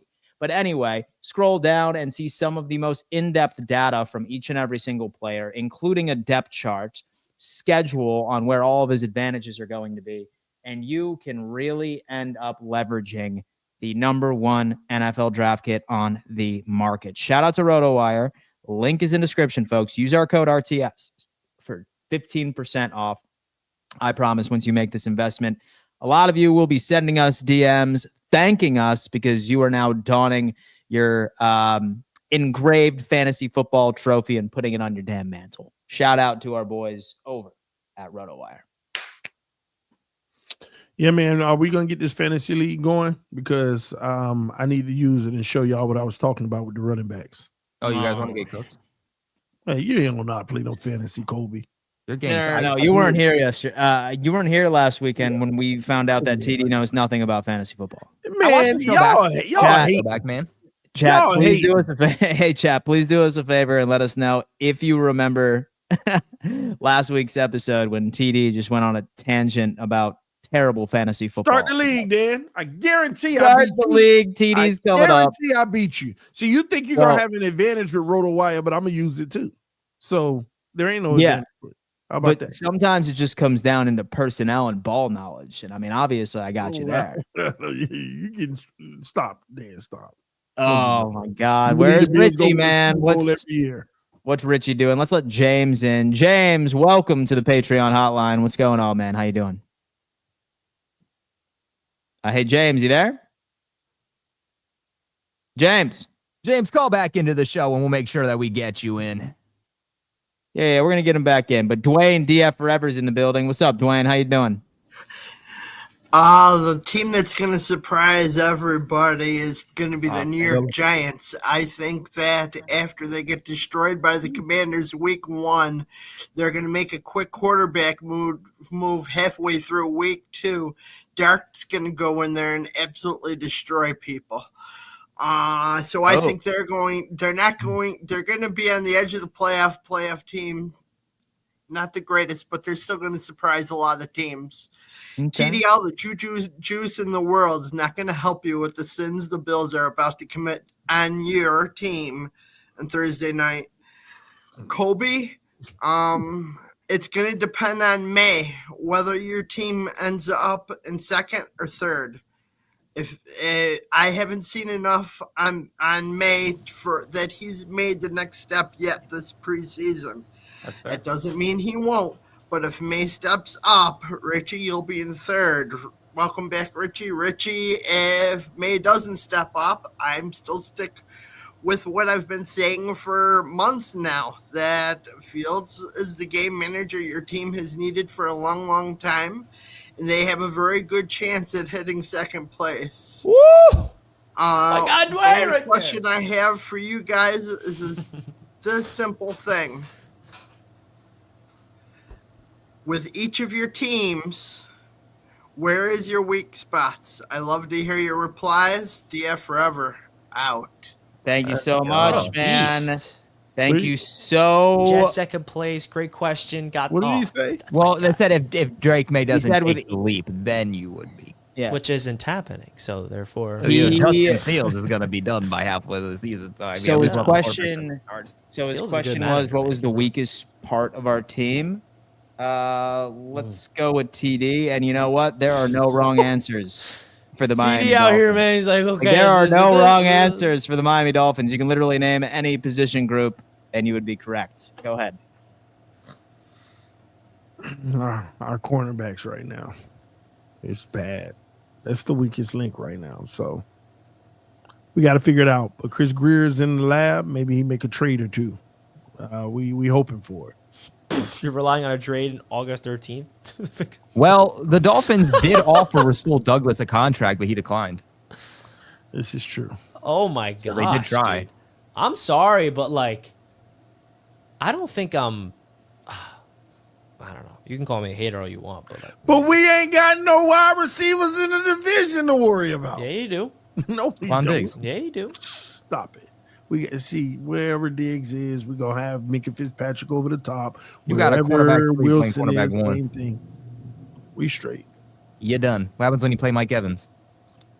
All right, weak spot for the New York Jets, Rich. What do you got, brother? Honestly, I don't know. I think the weakest spot for the Jets, it may be tight end, but I love our starting tight end. Like, the depth there stinks. I love Mason Taylor, our rookie, but behind him, Jeremy Ruckert has been struggling. I like Stone Smart, a free agent signing, but that's really it. That's kind of a weak link, but I do love Mason Taylor a ton because you look across this roster, there's no position group on defense as a weakness, in my opinion. Everybody's been playing fantastic in camp. Like, our safeties aren't one of the best safety rooms in the league, but our safeties are not bad. Like, that's not a weakness. Our linebacker core, we have two linebackers that are both top 10 in the NFL.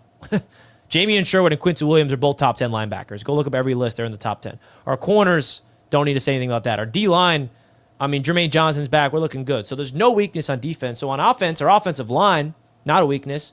Wide receivers, you can say is a weakness next to Garrett Wilson. And running back's not a weakness. Quarterback is a question mark. And then, so I would go with tight end. For me, it's safeties. One thing I will say, it's funny because when you ultimately end up looking at the tape, as long as Taylor Rapp is healthy, for the most part, you're not going to see a lot of targets regardless of who's running next to him. Whether or not that it's Cole Bishop, whether or not that it's Hamlin, for example. And the second that Taylor Rapp goes down, and that's quite often, he's very injury prone, that's when they start attacking that portion of the field. I'm nervous about Taylor Rapp. I really hope that he stays healthy. I do think that he can actually end up outshining whoever is his running mate. I'm not particularly high on Cole Bishop right now. He's now missed 2 training camps, really collectively.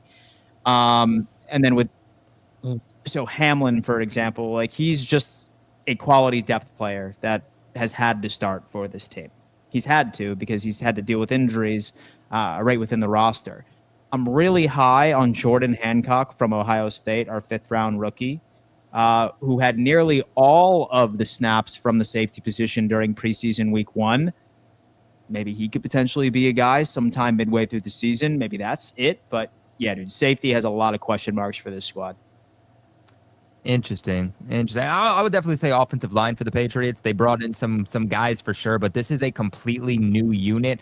Michael Onwenu is the only guy that's actually returning, and he switched from right tackle to right guard all of last year. They're finally allowing him to just stay at right guard. So I guess if you want to say that's the only returning piece, but even then it's not really continuity. I think that it's going to be rough early on, but I do believe in Will Campbell, Jared Wilson, the rookie centers playing left guard. The left side is going to lock it down, but Garrett Bradbury, the veteran center there from Minnesota, he is very, very questionable in pass protection. And then Morgan Moses on the right side, definitely one of the most underrated offensive lineman in the league, but he's 34. He's already dealing with injuries, and I don't love the backups that the Patriots have in terms of depth at tackle, so that is certainly concerning. So after 6 sacks today on Drake May, that's definitely what is the weakest link to the Patriots. Damn, man. You're going to need that one. You're going to need that one, Liga. I'll tell you what, I think we have another Patreon caller. And by the way, we had 2 people that signed up today. Noah bought the year membership, and Julio also ended up buying the $10 membership, obviously the monthly. So shout out to all our Patreon contributors. Like we said, you guys do have an opportunity of being able to call into the shows. That's every single show on Roundtable Sports. And then also some exclusive content that normally releases on Saturdays. We have a brand new caller coming in, James Goldsmith. What's going on, James Goldsmith? What's up, Can you hear me? Loud and clear, bro. Loud and clear. Oh, fantastic. I couldn't, I tried before, but I am probably older than everybody else who called no into problem. you, and so I had trouble the first time. I got 2 questions. Big Buffalo Bills fan, so the first question maybe only Dan will be interested in, but they're both Bills adjacent. And they have to do with the Cook signing today. In light of the Cook signing, it's 100% clear that Frank Gore Jr. is not going to make the team again this year. I heard what you guys said, what you other guys said about your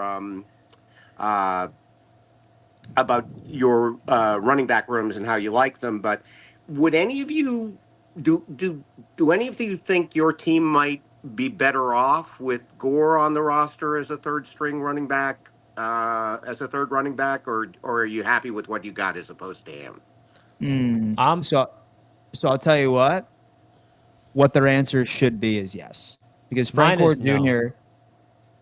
Jr. for me really exceeds a lot of expectations. He's funny enough, he is a tremendous blocker, right? Which is absolutely wild, especially for his size. He runs well, has fantastic vision.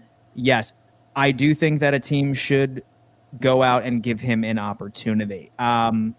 Will they? I'm not sure. Maybe some people look at his tape and they just see him running against like the 3s and the 4s during the preseason, but I am a really good fan, or a big fan of Frank Gore Jr., but unfortunately, as far as our running back room, it's far too deep. But for the Dolphins, yeah, they definitely should. Well, what do you 3 guys think? Well, yeah, I would like him. I loved him coming out. I liked him coming out. But here's the deal. I never thought about it because I don't think that there would be such a interdivision trade like that. Because but it's not a trade if you just pick him off of the if he gets cut. waiver wire. Yeah. Yeah, roster He's cuts. going to end up He'll on be the on the practice practice squad. He's going to be available. You If you put him on the roster. you don't think he's claimable? Yeah, he's claimable. He's claimable. He's Yeah. claimable. He's claimable, Yeah. but He's claimable. See, I haven't followed him in his production when in practice for Buffalo, but I liked him as a talent. I wanted us to draft him in the later rounds in Miami, but I also like what we brought in and Ollie Gordon, excuse me, but Ollie Gordon, he got to be better as well. So if I'm Mike McDaniel, I would take a flyer on a Gore, but McDaniel, that's his specialty, the run game. He knows how to identify backs. So if he thinks that that's a talent that Miami should tap, he's definitely going to go try to, get him if he's available.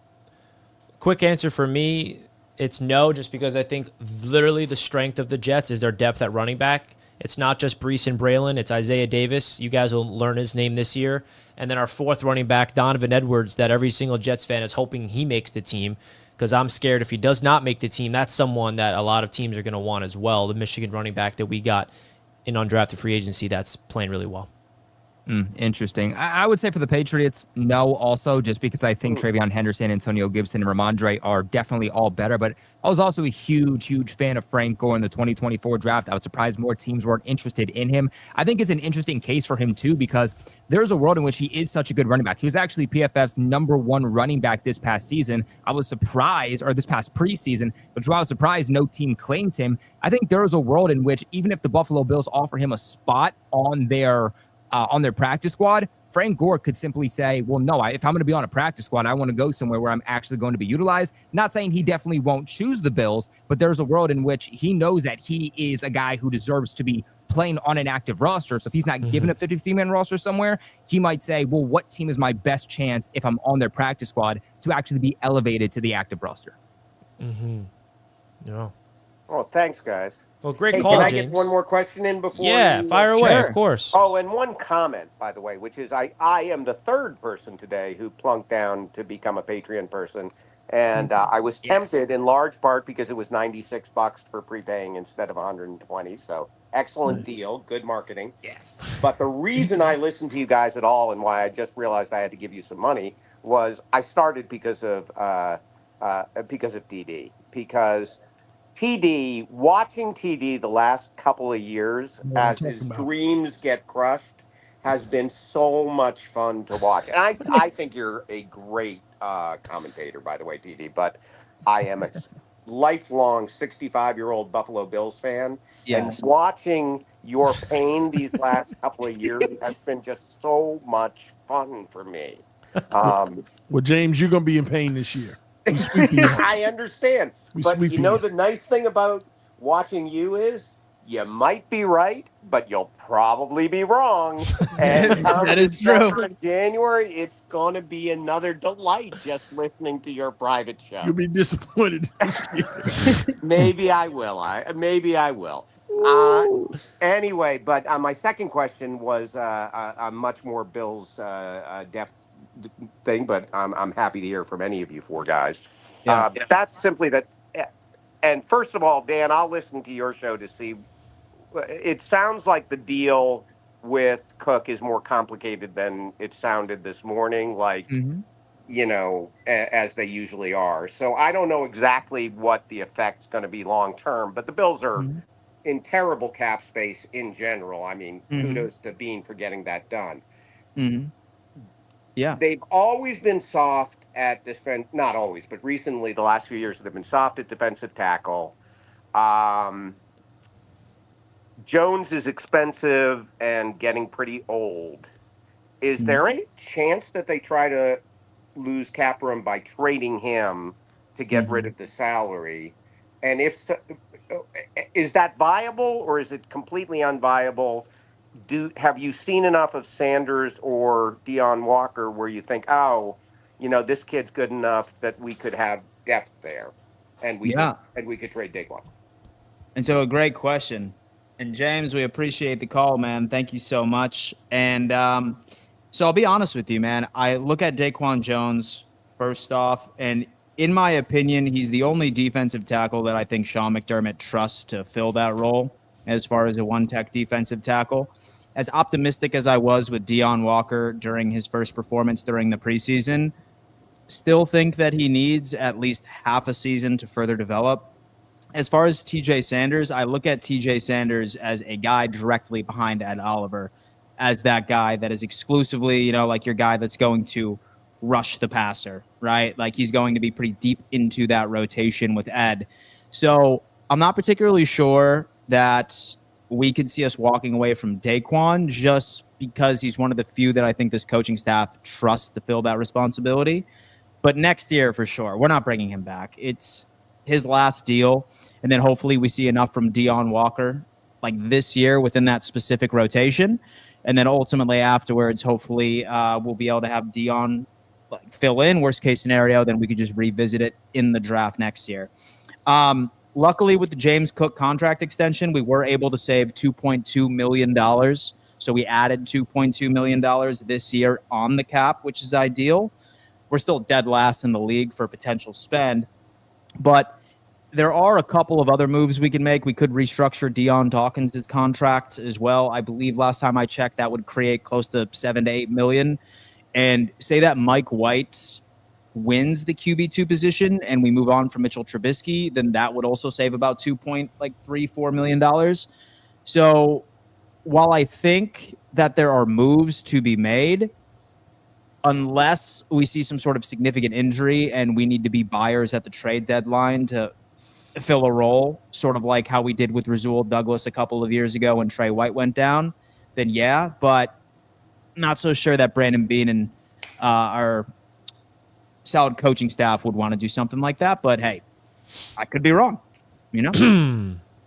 Great call from James. We appreciate all the Patreon callers, folks. Do us a favor. Simply smash the thumbs up button. We got well over 400 live viewers on the AFC East Roundtable. Over 2,000 total people have came in to this show so far. We cannot thank you guys enough. Hit the thumbs up button. We're going to be doing awesome shows all throughout the season right here Wednesday nights. We still got to get through the Jets and the Bills, so let's get to that. Dan, you want to get through the Bills or do you want to go through the Jets first? What are you thinking? Oh, man. Well, you know what? I want to make sure that we maintain this number of people in YouTube. So obviously we'll start with the Buffalo Bills. All right. We have to spread some joy here in the live audience. Joy. I'm going to talk nothing but joy. No, it's nothing but doom and gloom here. In fact, I'm kind of curious. What's the poll sitting at right now? What fan base is currently leading? The Bills are in first and the Jets are in second. We leapfrogged over the Miami Dolphins. Just like we're about to do this season, baby. Right now, you can see the standings is exactly what's going to happen. Bills win the division. Jets second place, wild card. Dolphins third. Patriots last. I mean, come on. So I got to double check real fast. A whopping 36% Buffalo fans. 746 people have voted. And my heart breaks because only 334 like buttons have been hit. I don't get it, please man. do us a favor and hit that thumbs up side for us. All right? Hey. 746 votes, 300 likes.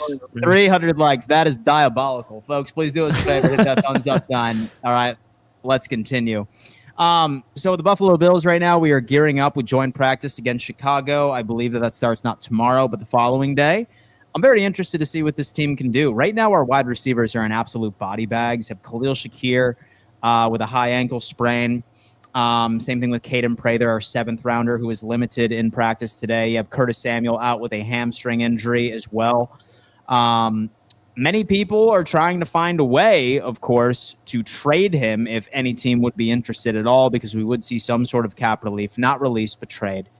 But it's really just us going through the motions. Finally got the all-22 from the preseason week 1 game. And I got to tell you something that it's a hot take for me.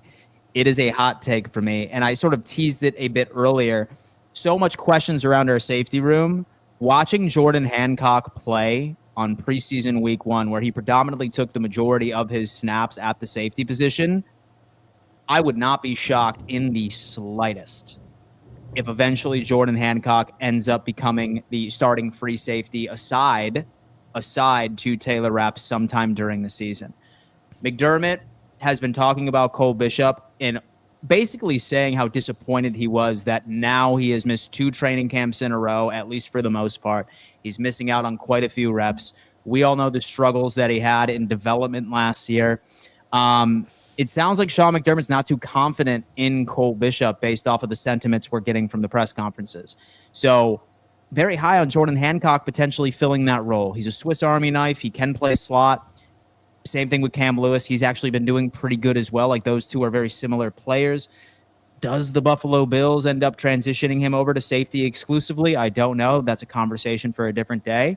But, I mean, yeah, guys, like, I'm loving what I'm seeing from these new additions. I really am. And the All-22 speaks volumes within this specific draft class. I think that this may be one of Brandon Beane's best draft selections, and obviously it's a limited sample size, but all of the rookies were making noise on preseason week 1 and are regularly making noise during training camp all like off season long. I'm very optimistic with the youth in this team, man. I really, really am. And I think that's important with the Buffalo Bills. You absolutely need to prioritize the back end of the roster because you have so much sustainable success the last 5 years. Yeah. And the only way that continues is if you have the pipeline of youth ready to go when the old veterans start to dwindle away. And I think the Bills have done a great job of that as of late. And yeah, we'll see what they look like. So the Buffalo Bills, man, playing their backups. Giants beat them up, but hey, it's just preseason. It's just preseason, man. It's just preseason. What about Talk Jets to me about them damn Jets, man. Why should we be excited about the Jets? Fields? Wow. So I had to go through 3 episodes of Fourth and Forever in an hour and 45 minutes before I was allowed to talk about the Jets. What's this like restriction of my Jets? I can't talk about my own team now all of a sudden? Really, we're trying to maintain audience numbers. Hello, Dan, you're not respecting the poll, man. The Jets fans are here. They want to talk about us. You're making it seem like we're out here not showing up. We're not no Patriots fans. We show up. In your burner account. Stop, Rich. Jets fans show up, man. We here. We want to talk. Now, all jokes aside, man, you know, getting into the New York Jets, I was at practice against the Giants yesterday and today. A lot of fun. And, man, I got to be honest, that Saturday night preseason game, it was a lot of fun. Just very awesome to see Aaron Glenn on the sidelines for the first time as a Jets head coach, which was absolutely awesome. And if you want to know the type of head coach Aaron Glenn is, I mean, this clip right here will just tell you in a nutshell exactly the type of coach he is. Just holding his players accountable on the sideline, ripping into McCrary Ball, who had an unnecessary roughness penalty. This is something that, like, the reason why we bring this up, and I hate keep bringing up, like, previous coaches with the Jets, but you never saw this from our previous coaches. Like, that was a big issue, is accountability. And to see this type of fire from Aaron Glenn, this is our first time seeing him on the sidelines. Does this guarantee we're winning a division? Absolutely not. But this is the type of intensity and focus that this football team needs. And the best part about Aaron Glenn is he is living his dream job. Drafted by the Jets. He wakes up every morning, loves this. So that was awesome to see what he can do as the New York Jets head coach. Listen, I'm not going to come on here and be like, dude, Justin Fields led a touchdown drive, man. He's the guy. I'm not that crazy. You know, they were check downs. He was smart to do that, and then he was able to get in the end zone, show what he's capable of. And I feel like some people, the one thing about Fields with their evaluation, they're like, yeah, the only thing he can do is run. And make it seem like he's not an actual, like, really good runner. Like, this guy is one of the best running quarterbacks in the NFL. Now he's on full display. And it was his first time out there against an opponent. And the Jets went up against the Packers starters. And they absolutely, like, worked the Green Bay Packers. The Jets starting defense worked them. Sauce Gardner had a single-handedly 3-and-out himself. The first play of the game targeted Sauce Gardner, pass breakup. Second play of the game, Sauce Gardner gets a tackle. Third play of the game, pass breakup, 3-and-out. Sauce was involved in every single play. That was cool to see. And, you know, the overall offensive scheme that the New York Jets were running was very refreshing to see the type of offense that Tanner Engstrand is implementing, a lot of movements, seeing the offense just flow, little things that the New York Jets fan base is definitely taking notes of because we absolutely need to see something positive from an offensive standpoint. And one thing I will notice, I was at Jets practice yesterday and today, and people were like, oh, the Jets have another defensive-minded head coach. But Aaron Glenn is all over the offense. He was not with the defense once today at practice or yesterday. And when you go to joint practices, you have one side of the field is offense, the other field is defense. Aaron Glenn is all over this offense. He is coaching this entire team. He trusts this Jets defense, and he needs to get this offense figured out. And their identity is going to be running the football. And that's exactly what they did against the Green Bay Packers. Braylon Allen was on full display. There was a great rep of our right tackle, rookie Armand Membu, dominating in his debut against a Pro Bowler, by the way, of the Green Bay Packers, which was fantastic to see. So you're seeing a lot of movement from Armand Membu in the run game, a lot of pass protection reps that he looked fantastic. Here's some reps that we are talking about. I mean, you're talking about a guy that's first overall pick. You absolutely need to evaluate his first action. I mean, he was just an absolute rock and a stone all throughout the game, which was great to see. You see him at right tackle, picking up a stunt, the Jets' offensive line was just off the charts in this game, and that's a strength. I mean, you look at the pocket that Justin Fields has here. It's absolutely just a beautiful thing to watch. And then the guy that a lot of people better get used to is this guy on your screen who had a 30-plus yard touchdown run at joint practice today, Braylon Allen, 6'1", 235 pounds, absolute menace. I'm excited to see what he looks like. The Jets are going to run the football a lot this season, and it's going to be led by this guy, in my opinion, Mr. Braylon Allen and Justin Fields. So, the pass attack is definitely still a work in progress with this New York Jets team, which is as expected. I think that is definitely going to be something that needs to be worked on, but the running game and the Jets defense is definitely showing what they're capable of. And of course, Aaron Glenn is definitely showing the type of coach he is by being intense and holding his players accountable. So the Jets dominated all three phases of the ball. We had guys like Jay Tufele, who just dominated the defensive line. The Jets had a defensive touchdown. We won the takeaways. We won time of possession. We won special teams everywhere. So that's hopefully something this Jets team can build upon. And they had 2 positive practices against the Giants, and now I'm excited to see what they look like on Saturday night. So it was just a good start to the Aaron Glenn era. So I got to tell you what, man, I did miss this. So we have welcomed 3 new Patreon members. As James mentioned while he was just on, he also bought the year. So we have Noah, we have James, who bought the year membership for the Premier members on Patreon. And we also ended up getting Julio added to the Premiers right over here at $10 per month. Guys, as a reminder, say, for example, you are currently a Patreon Premier member, all of the links are going to be pinned at the very first post on the Patreon page. That is how you call in. And that is also how we are welcoming in our other brand new Patreon member. Noah is in the building. Noah, what up, dude? How you doing? Hey, man, can you hear me? Yeah, man, loud and clear. What up? Awesome. Thank you, fellas, for everything that y'all do. It is amazing what y'all put on. Thank you. Thank you, Noah. Man. Absolutely, man. So I just want to get into it, how they said that we won't have a running back core, if Breece Hall ain't there. They must have not seen Braylon Allen, man. Like, that dude is a beast. He is coming in here hot. He is going to be a Derrick Henry. Like, I can see you, man. And Isaiah Davis, oh, man, dude, he's going to be something. Yeah, there you go. There you go. Look at that dude. Sorry, I don't know if it's... Look at that specimen right there, brother. Look at that. Look at that 6'1", 235 pound man. Noah's getting hyped up now. I put him on the screen. He's like, oh, dude. But anyway, man, I want to get a little outside of our, conference. I want to talk a little bit about Cam Ward.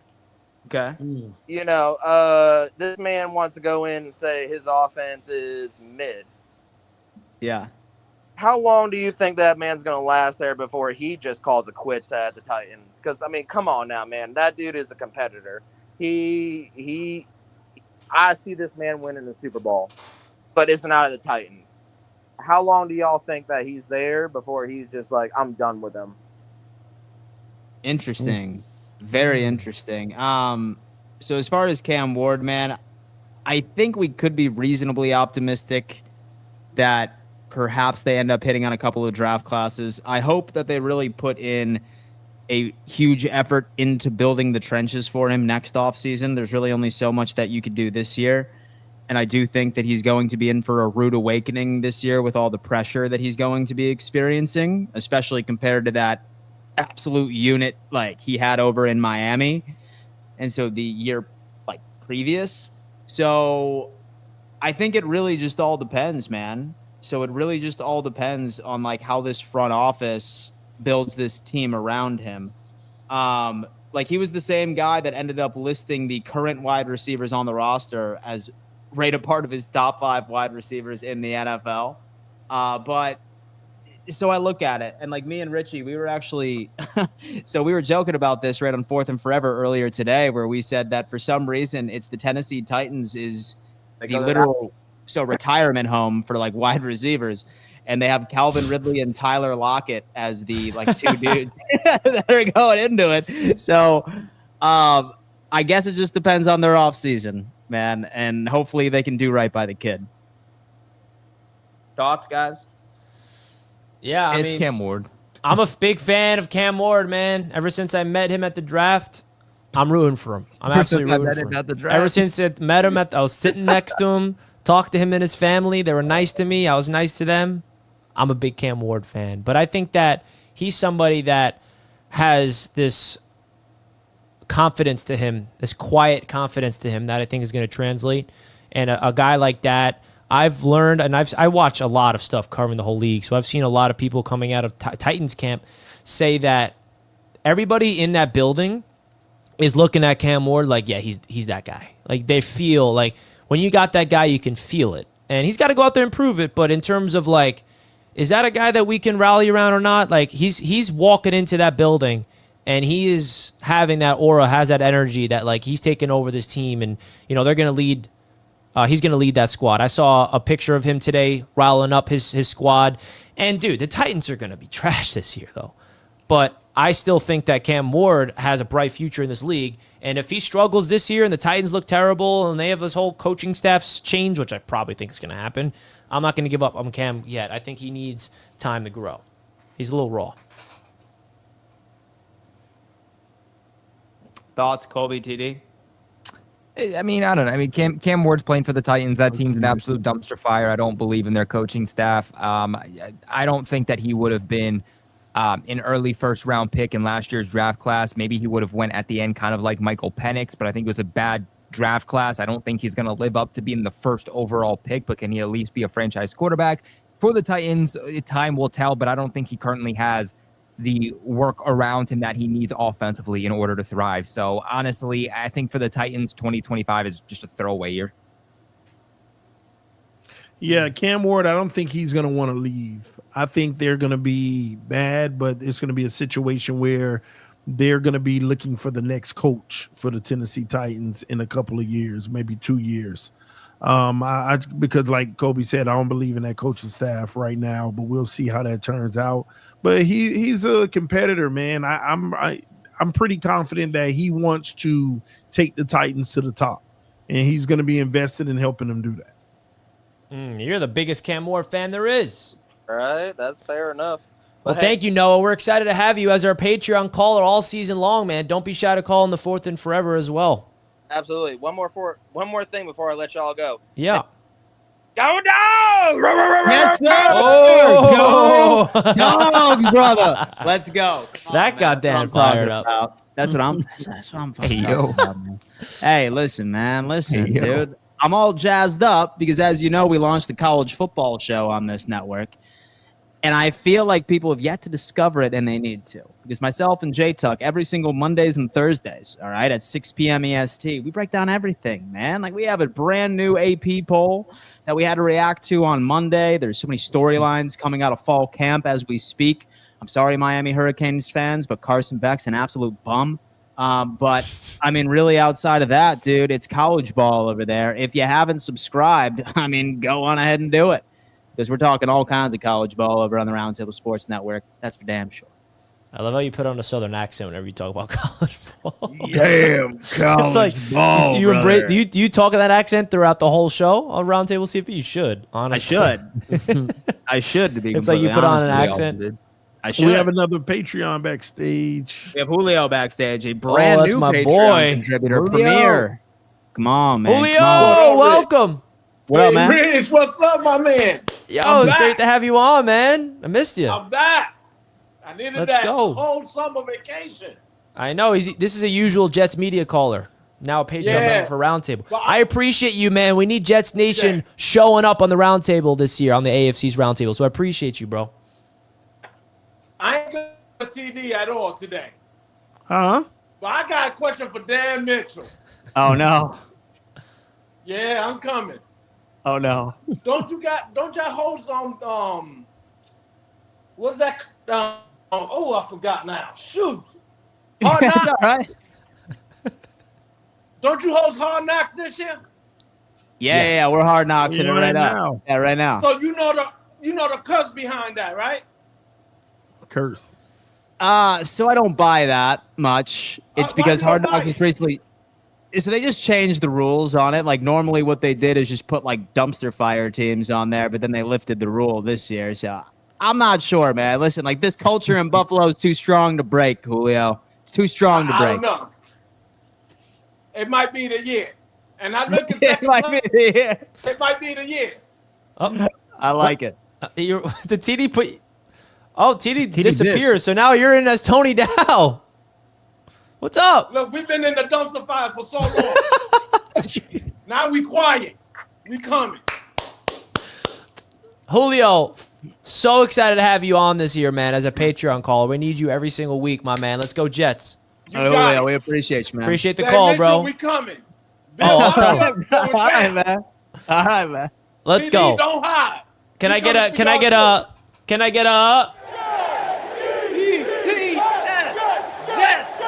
Woo! Thank you Shout for out the my guy call, Julio, man. Shout out my guy Julio over there, dude. Dude, you So know what, man? TD disappeared, which forced Julio to replace TD's spot. Somebody just, dude.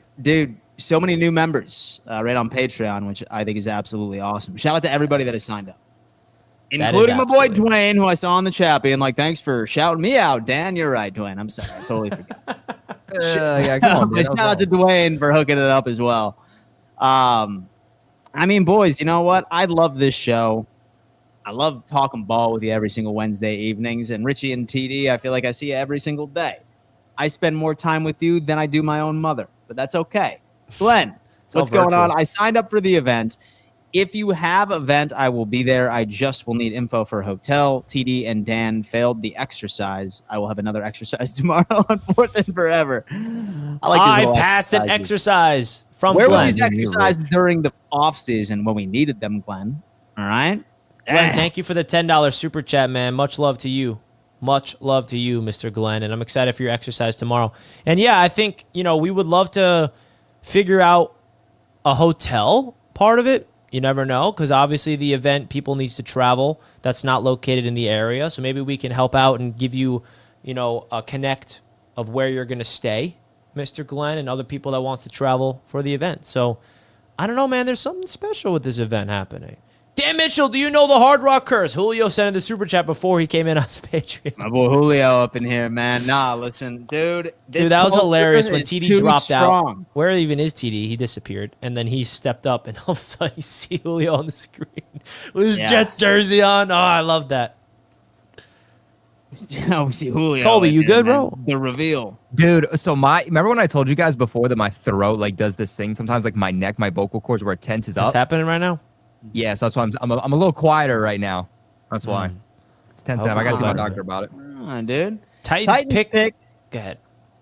So the Titans pick first on the releases this year, and with their running back room, they would pick up Gore in a second. What team ends up last? AFC East. All four answer. Thank you. Well, unfortunately, all four of us can't answer because TD disappeared. It's the Miami Dolphins. It's the Miami Dolphins finished last. Yeah, dude, I really do think the Dolphins finished last. 5 wins.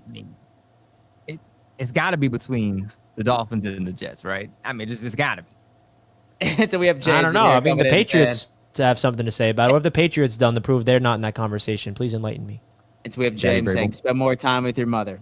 No, you're right, James. No, you're right. I don't know. I mean, Is I my think mom Just the an team, ungodly amount of time with the team Richie that's and been TD. the team I'd rather be spending time with my mother than these guys. But the team that's been in the was that? basement the last 2 years, they deserve to be as an option for that spot as well. Nah, they got Daddy Vrabel, who took the Titans to the playoffs how many times and to the AFC Championship game and won the AFC. Yeah, so. they had a pretty good, talented roster, though. I don't know about this roster.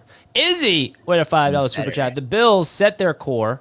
The 2022 draft class has been great. Sans, Elam 25 draft class looks like the next wave of core players. Go Bills, I'm back. Izzy's back. Izzy's back, man. Izzy. We missed our boy. I was wondering where Izzy was. We missed my boy. He's back. I'm 30-7 versus Jets Colby.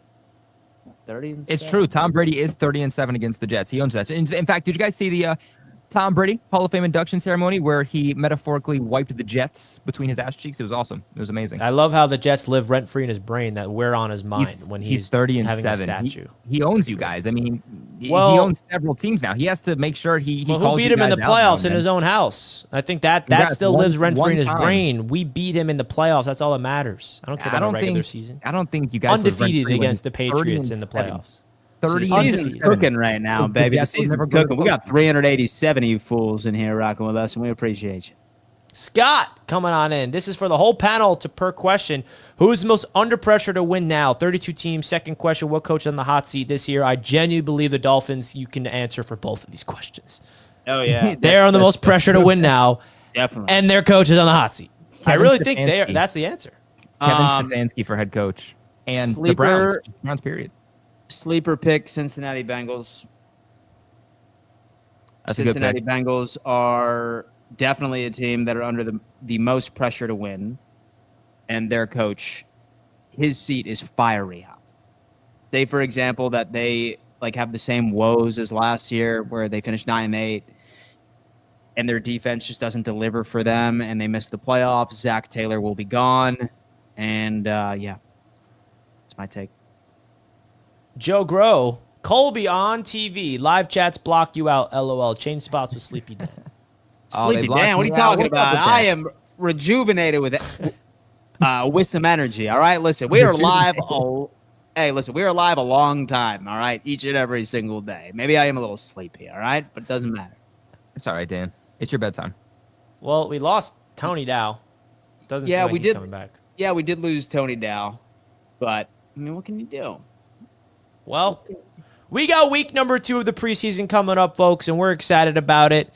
You know, the AFC East Roundtable is where this network was born. So we definitely want to take this show as serious as humanly possible. This season's going to be great. And by the way, Monday night shows of the AFC East Roundtable will be returning when the season comes back. All right, just to keep you guys in the loop, the structure of the AFC East Roundtable is not just once a week. It will be twice a week. Monday nights will be us recapping exactly what happened. First time reaction Monday. I think we did 7 p.m. EST, but we are still to be determined on that time frame.